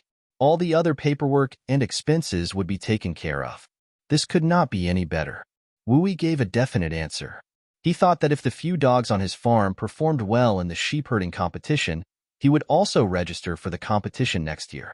If he could not get a ranking, showing his face was also good. If he could spread the name of his farm in the eastern region, that would be even better. Wu Yi's choice was within Fang Zhao's expectations. Muzhou farm owners, especially those of medium to large farms, were not stupid. They were farm owners, but they were also businessmen. They were definitely not like the outsiders who were content with the status quo, eating and waiting to die. Fortunately, although Wu Yi was a person with many ulterior motives, he was still a decent person. Given the current situation, cooperating with Wu Yi was the quickest and most win-win choice. After setting a time, Fang Zhao brought Suho to Shamu Farm. Disregarding everything else, just based on area, Suho's farm was slightly larger than Shamu Farm, but it did not have the liveliness of Shamu Farm. Ha ha ha, we meet again. Wu Yi had been waiting at the parking lot for a long time. Seeing Suho disembark from another flying transport, he went forward to greet him, introduce himself, and express his enthusiasm. He was not optimistic about Suho, but he was optimistic about Feng Zhao. I heard that someone had bought Shishan Farm. I didn't expect it to be you guys, Wu said. Shishan Farm was located in Muzhou's eastern region, on the more desolate west side. There were not many famous farms there, and the facilities there were not complete. Normally, they did not have much of a presence. This year, it was because of a sheep herding team that had attracted everyone's attention. However, the information that could be found online was not the same as the actual information. Only people who had personally been there knew the truth. We only knew about this after hearing a few friends who liked to travel around talk about it in private. However, it was not uncommon for the information on the internet to be inconsistent with the actual information. Even if they had known about it, no one would have said it out loud. They had only paid attention to the sheep herding competition. Unexpectedly, it was Su Ho who bought the farm. Given Wu Yi's decades of experience, even if he did not ask, he could guess that this was a trap, and Su Ho had stepped right into it. As for why Feng Zhao had joined in, Wu Yi was not clear. No matter what, as long as he could benefit, Wu Yi was willing to feign ignorance. The grass in this meadow is growing so well. It's not like the farm I bought. It hasn't even turned green yet. Even if Su Ho did not know a thing about this, when he thought about the farm he had bought and compared it to the meadow in front of him, he would be blind if he could not tell. Our meadow has turned green early. Wu Yi did not ask why the grass on Su Ho's farm had not turned green. He just laughed and led Feng Zhao and Su Ho to where the sheep were. Wu Yi looked at the curly-haired dog that was following Feng Zhao closely and asked, "Hey, Feng Zhao, is this the little fella you are raising?" "Yes. Looks like a smart dog. In a bit, let my bingo demonstrate and see how much he can learn." Wu Yi had a pleased look on his face as he spoke. The bingo he had mentioned was the shepherd dog that had the most temperament of a lead dog. Sitting in Wu Yi's car, the group quickly arrived at the sheep herd. Wu Yi's farm had more than 300 sheep, and there were 7 shepherd dogs. However, not every shepherd dog could accurately follow instructions. There were also employees in charge of herding the sheep, as well as a few robot dogs to take care of the sheep. The mechanical dogs used by the farm owners did not really look like dogs. They came in all shapes and sizes. It was only because they were invented to aid in herding that they were called mechanical dogs. Wu Yi and the other farm owners could control the movements of the mechanical dogs from their homes and observe the situation of herding on the pasture. The car stopped on a high ground. Standing there, they could see the situation of the sheep herding. At this time of year, we have to change the pasture frequently, so it is not fixed to a single spot. Sometimes, one day they are herding here, and the next day they will be on the other side. Wu Yi told Feng Zhao and Su Ho about herding. In his opinion, one was an outsider from another continent, and the other was the young master of the Su family who did not know anything. As someone who knew the ropes, he had to show off his professional knowledge. At this time of year, we cannot let the sheep herd move too fast. We have to control their speed and block the strong sheep while waiting for the weak ones. Sometimes, I will train the shepherd dogs to do this kind of work. As he spoke, Wu Yi yelled bingo. Among the few dogs that were herding the sheep, a large dog with brown patches sprinted over. It had a sturdy build, shiny fur, and was very alert. When it saw Feng Zhao and the others, it did not bark, nor did it show any intention to attack. It only looked at Wu Yi, and after Wu Yi made a gesture, it quickened its pace and approached Wu Yi. "Feng Zhao, what does this dog of yours know on a daily basis? Can it understand simple commands?" Wu Yi asked. "Simple commands are no problem." Feng Zhao had not deliberately trained Curly Hair, but perhaps because Curly Hair had interacted with people in the department for a long time, he could understand many simple words. He should know how to fetch and follow. Does he know how to give directions like left and right? Forget it. Let's see if he can herd the sheep first. Wu Yi brought Feng Zhao and the others closer to the flock of sheep. Su Ho also curiously looked at the dogs walking around the flock of sheep. A few of them let out low growls as they approached, and one of them prepared to attack. However, after Wu Yi made a hand signal, it restrained itself and wagged its tail as it approached Wu Yi.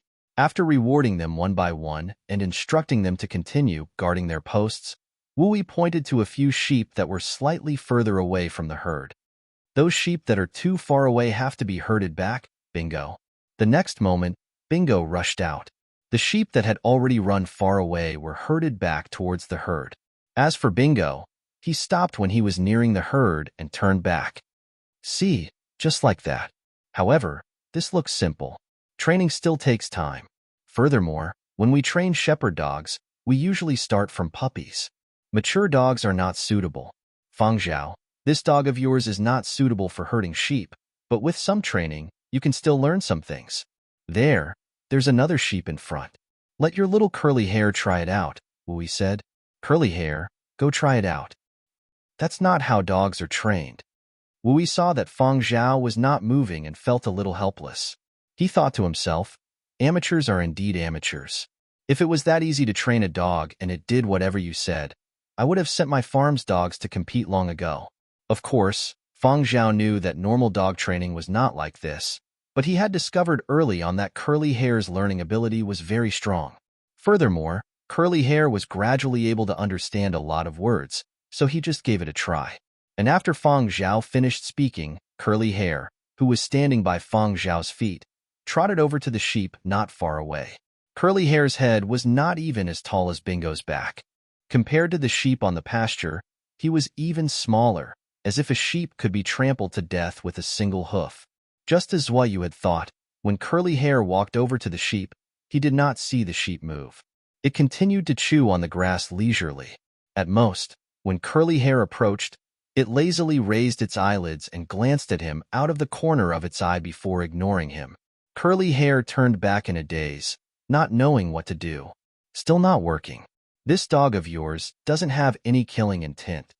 Wu sighed. Usually, when a shepherd dog is unable to move a sheep, it will bark and threaten to bite. This dog of yours is too small and probably doesn't dare to do so. But it's not strange for an untrained dog to do so.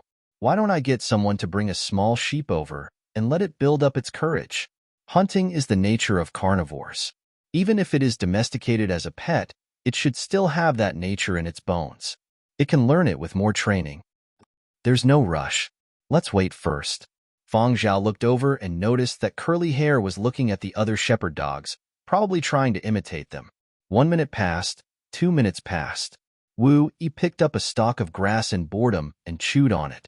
This was a habit he had when he was bored. I feel that we should. Before Wu could finish his sentence, he saw Curly Hair's head already pressing down on the sheep in front of him, assuming an attacking stance. The sheep that had been grazing on the grass had already stopped, as if it had frozen. Then, with a thud, its hind legs sprang up as if they were springs, and the whole sheep started running like it was flying. Behind it, Curly Hair chased after it.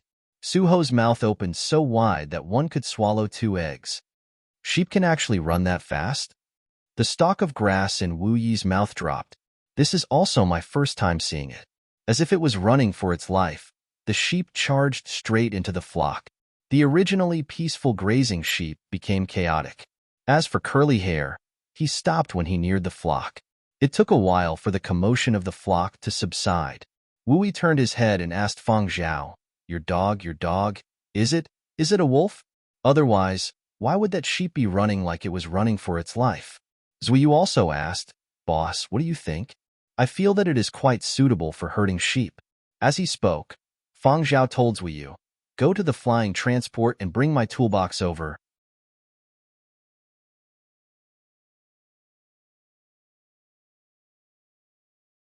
Chapter 91.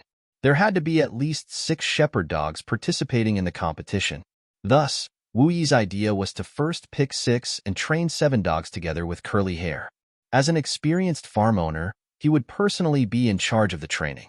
Although there was less than a week's time, with more training, they should be able to make do.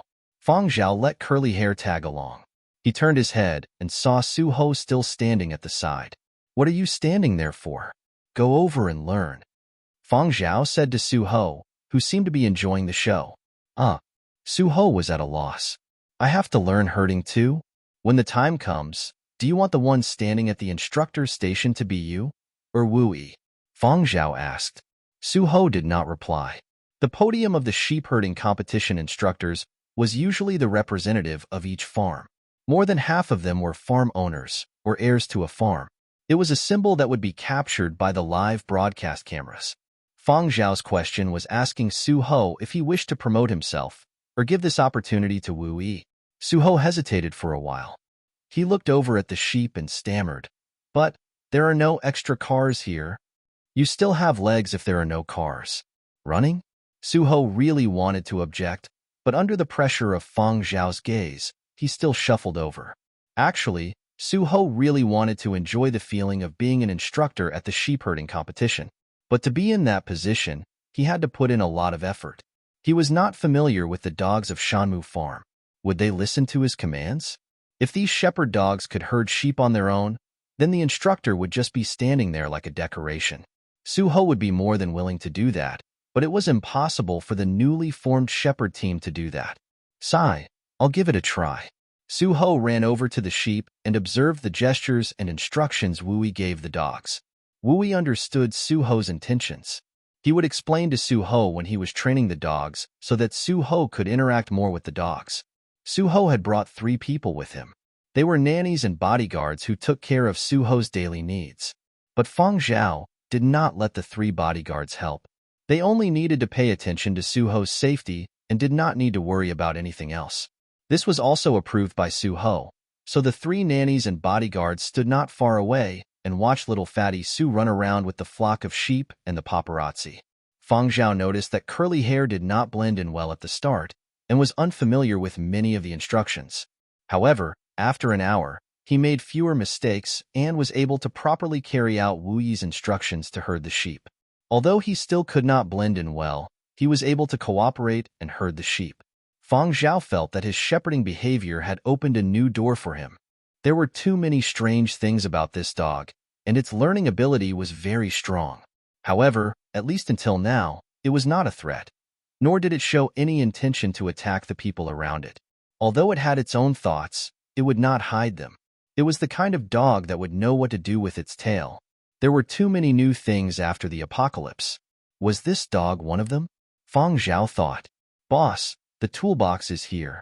Zuiyu placed the toolbox he had brought from the flying transport beside Fang Zhao and looked over at the pasture. "Yo, little curly hair is doing well. However, it seems like he can't blend in with the paparazzi." Zuiyu had no experience with shepherding, but he could still tell if curly hair could blend in well with the paparazzi. The few dogs at Shanmu Farm were rejecting curly hair. Curly hair's position had been snatched away a few times when he had followed Wu Yi's instructions. Soon, Fang Zhao said. Zuiyu did not understand what Fang Zhao meant, but very quickly, he realized that the shepherding dogs were in conflict. Curly hair's position was once again snatched away. This time, when he was running, he was blocked by Bingo. This time, curly hair was enraged. His low growl was like the start of a declaration of war. Bingo also did not continue running forward. He turned around and faced curly hair. The 2 dogs barked a few times and faced each other with a meter between them. Their noses were wrinkled, their lips turned outwards, revealing their sharp teeth, and they kept growling. Su Ho wanted to go over but was stopped by Wu Yi. "One pasture, only one lead dog. These are the rules." From Wu Yi's point of view, his pasture used to be Bingo's territory. Now that this little curly hair had joined, it would have been fine if he had maintained a submissive attitude. However, this little fellow was rather impassioned and had no intention of backing down. On the pasture, this was a provocation to the original lead dog. Wu Yi did not stop them. If the 2 dogs really started fighting, they might accidentally injure others. Thus, he controlled the mechanical dogs that were on standby to fly over to prevent any bloodshed from occurring.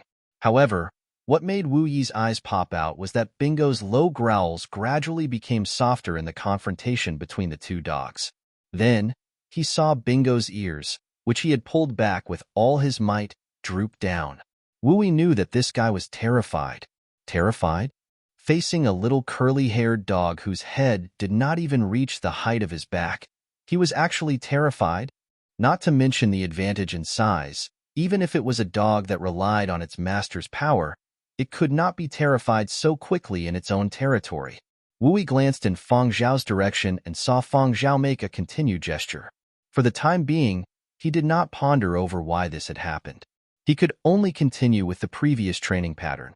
However, this time, Bingo did not try to snatch a spot. This made Wooey very depressed. His original beautiful plan of letting Bingo be the lead dog seemed to have to be changed. Control the area well. Good, very good. Keep up. Position. Pay attention to position. Bingo. Hurry up. What are you afraid of? Speed up. Run forward a little more. Wooey gave some instructions and let Suho try first. He did not use hand gestures, just shouted the command first. After getting the grazing employees to pay attention, Wooey walked over to Feng Zhao and gulped down half a cup of water. His face was still gloomy. Feng Zhao, this dog of yours, did you really pick it up on the streets of the city? Did you pick it up from some laboratory or some alien planet or something? You watch too much television, Feng Zhao said. As Muzhou's shepherd dogs were very famous and intelligent, there were many movies about dogs. The most popular virtual idols in Muzhou were not humans but dogs. But other than those scenes in movies, Wooey really could not think of a reason. Based on common sense, Feng Zhao's curly-haired dog was not the descendant of a purebred meritorious service dog. Furthermore, everyone in the world knew that Muzhou's dogs had the highest average IQ among the 12 continents. Dogs that could shepherd were not stupid, but now, it had been beaten by a little curly-haired dog of unknown origins and bloodline. Comparing IQ, comparing vigor, it had lost. Wooey did not understand. He sat on the grass and chewed on a stalk of grass, feeling mentally exhausted. His outlook on life had been refreshed once again. If it really went on like this, the lead dog, would this little curly-haired dog be the lead dog? When the time came, wouldn't he be mocked by the entire audience? That's not right. Wooey's shrewd brain started to spin rapidly. Negative expectations meant that fewer people would bet on it, which meant that the payout rate would be very high. As the sheep herding competition progressed, the rules of the rewards also changed. Wooey looked at Curly-Haired, who was herding sheep with the other 6 shepherd dogs, and his eyes sparkled. During a break, Suho came over to discuss with Feng Zhao. If he wanted these dogs to listen to his commands in the next competition, he would first have to get these dogs to acknowledge him. Curly-Haired was fine, but Wooey's other 6 dogs had already acknowledged Woo-Yi as their master. Unless Woo-Yi voluntarily abandoned them, they would not acknowledge a second master. The Wooey said that to get them to acknowledge me in the shortest time possible, other than the time I have to herd, I also have to eat and sleep with them to increase the time we spend together. My understanding is that I have to treat myself as a dog, Suho said. What's your choice? Feng Zhao asked. Suho scratched his head. I feel that as long as I can win the competition, it's not a big deal. Feng Zhao laughed and did not continue on this topic. Instead, he said, I heard that during the quarterfinals in the Eastern region, there is an exclusive 5-minute advertising period. Right.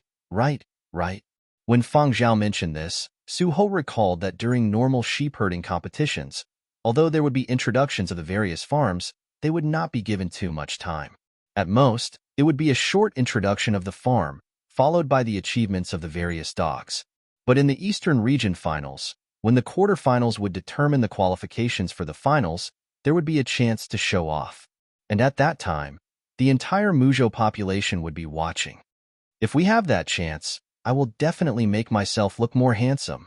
Suho's Chinibu mindset had already started to construct a cool, wild, and awesome image of himself in the finals. With this thought, he suddenly perked up. Master Zhao, you will personally compose the background music for the promotional video, right? Of course. Ha ha ha ha. Suho laughed excitedly as he ran over to the herd of sheep.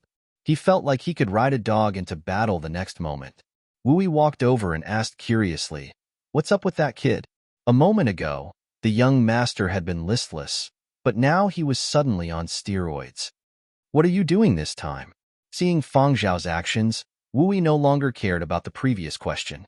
He watched as Feng Zhao placed a fingernail-sized object on Curly-Hair's head. Recording microphone. Used to collect materials. Feng Zhao patted Curly-Hair after he was done. Go on. Is grass stalk tasty? Feng Zhao asked when he saw Woo-Yi chewing on another stalk. Wooey had a deep look on his face. You don't understand. Grass stalks contain the 4 seasons. Walking over to Feng Zhao's side, Woo-Yi listened to the sound coming from Feng Zhao's earpiece. It was all the whistling of the wind. This should be the sound coming from the recording microphone on Curly Hair's head.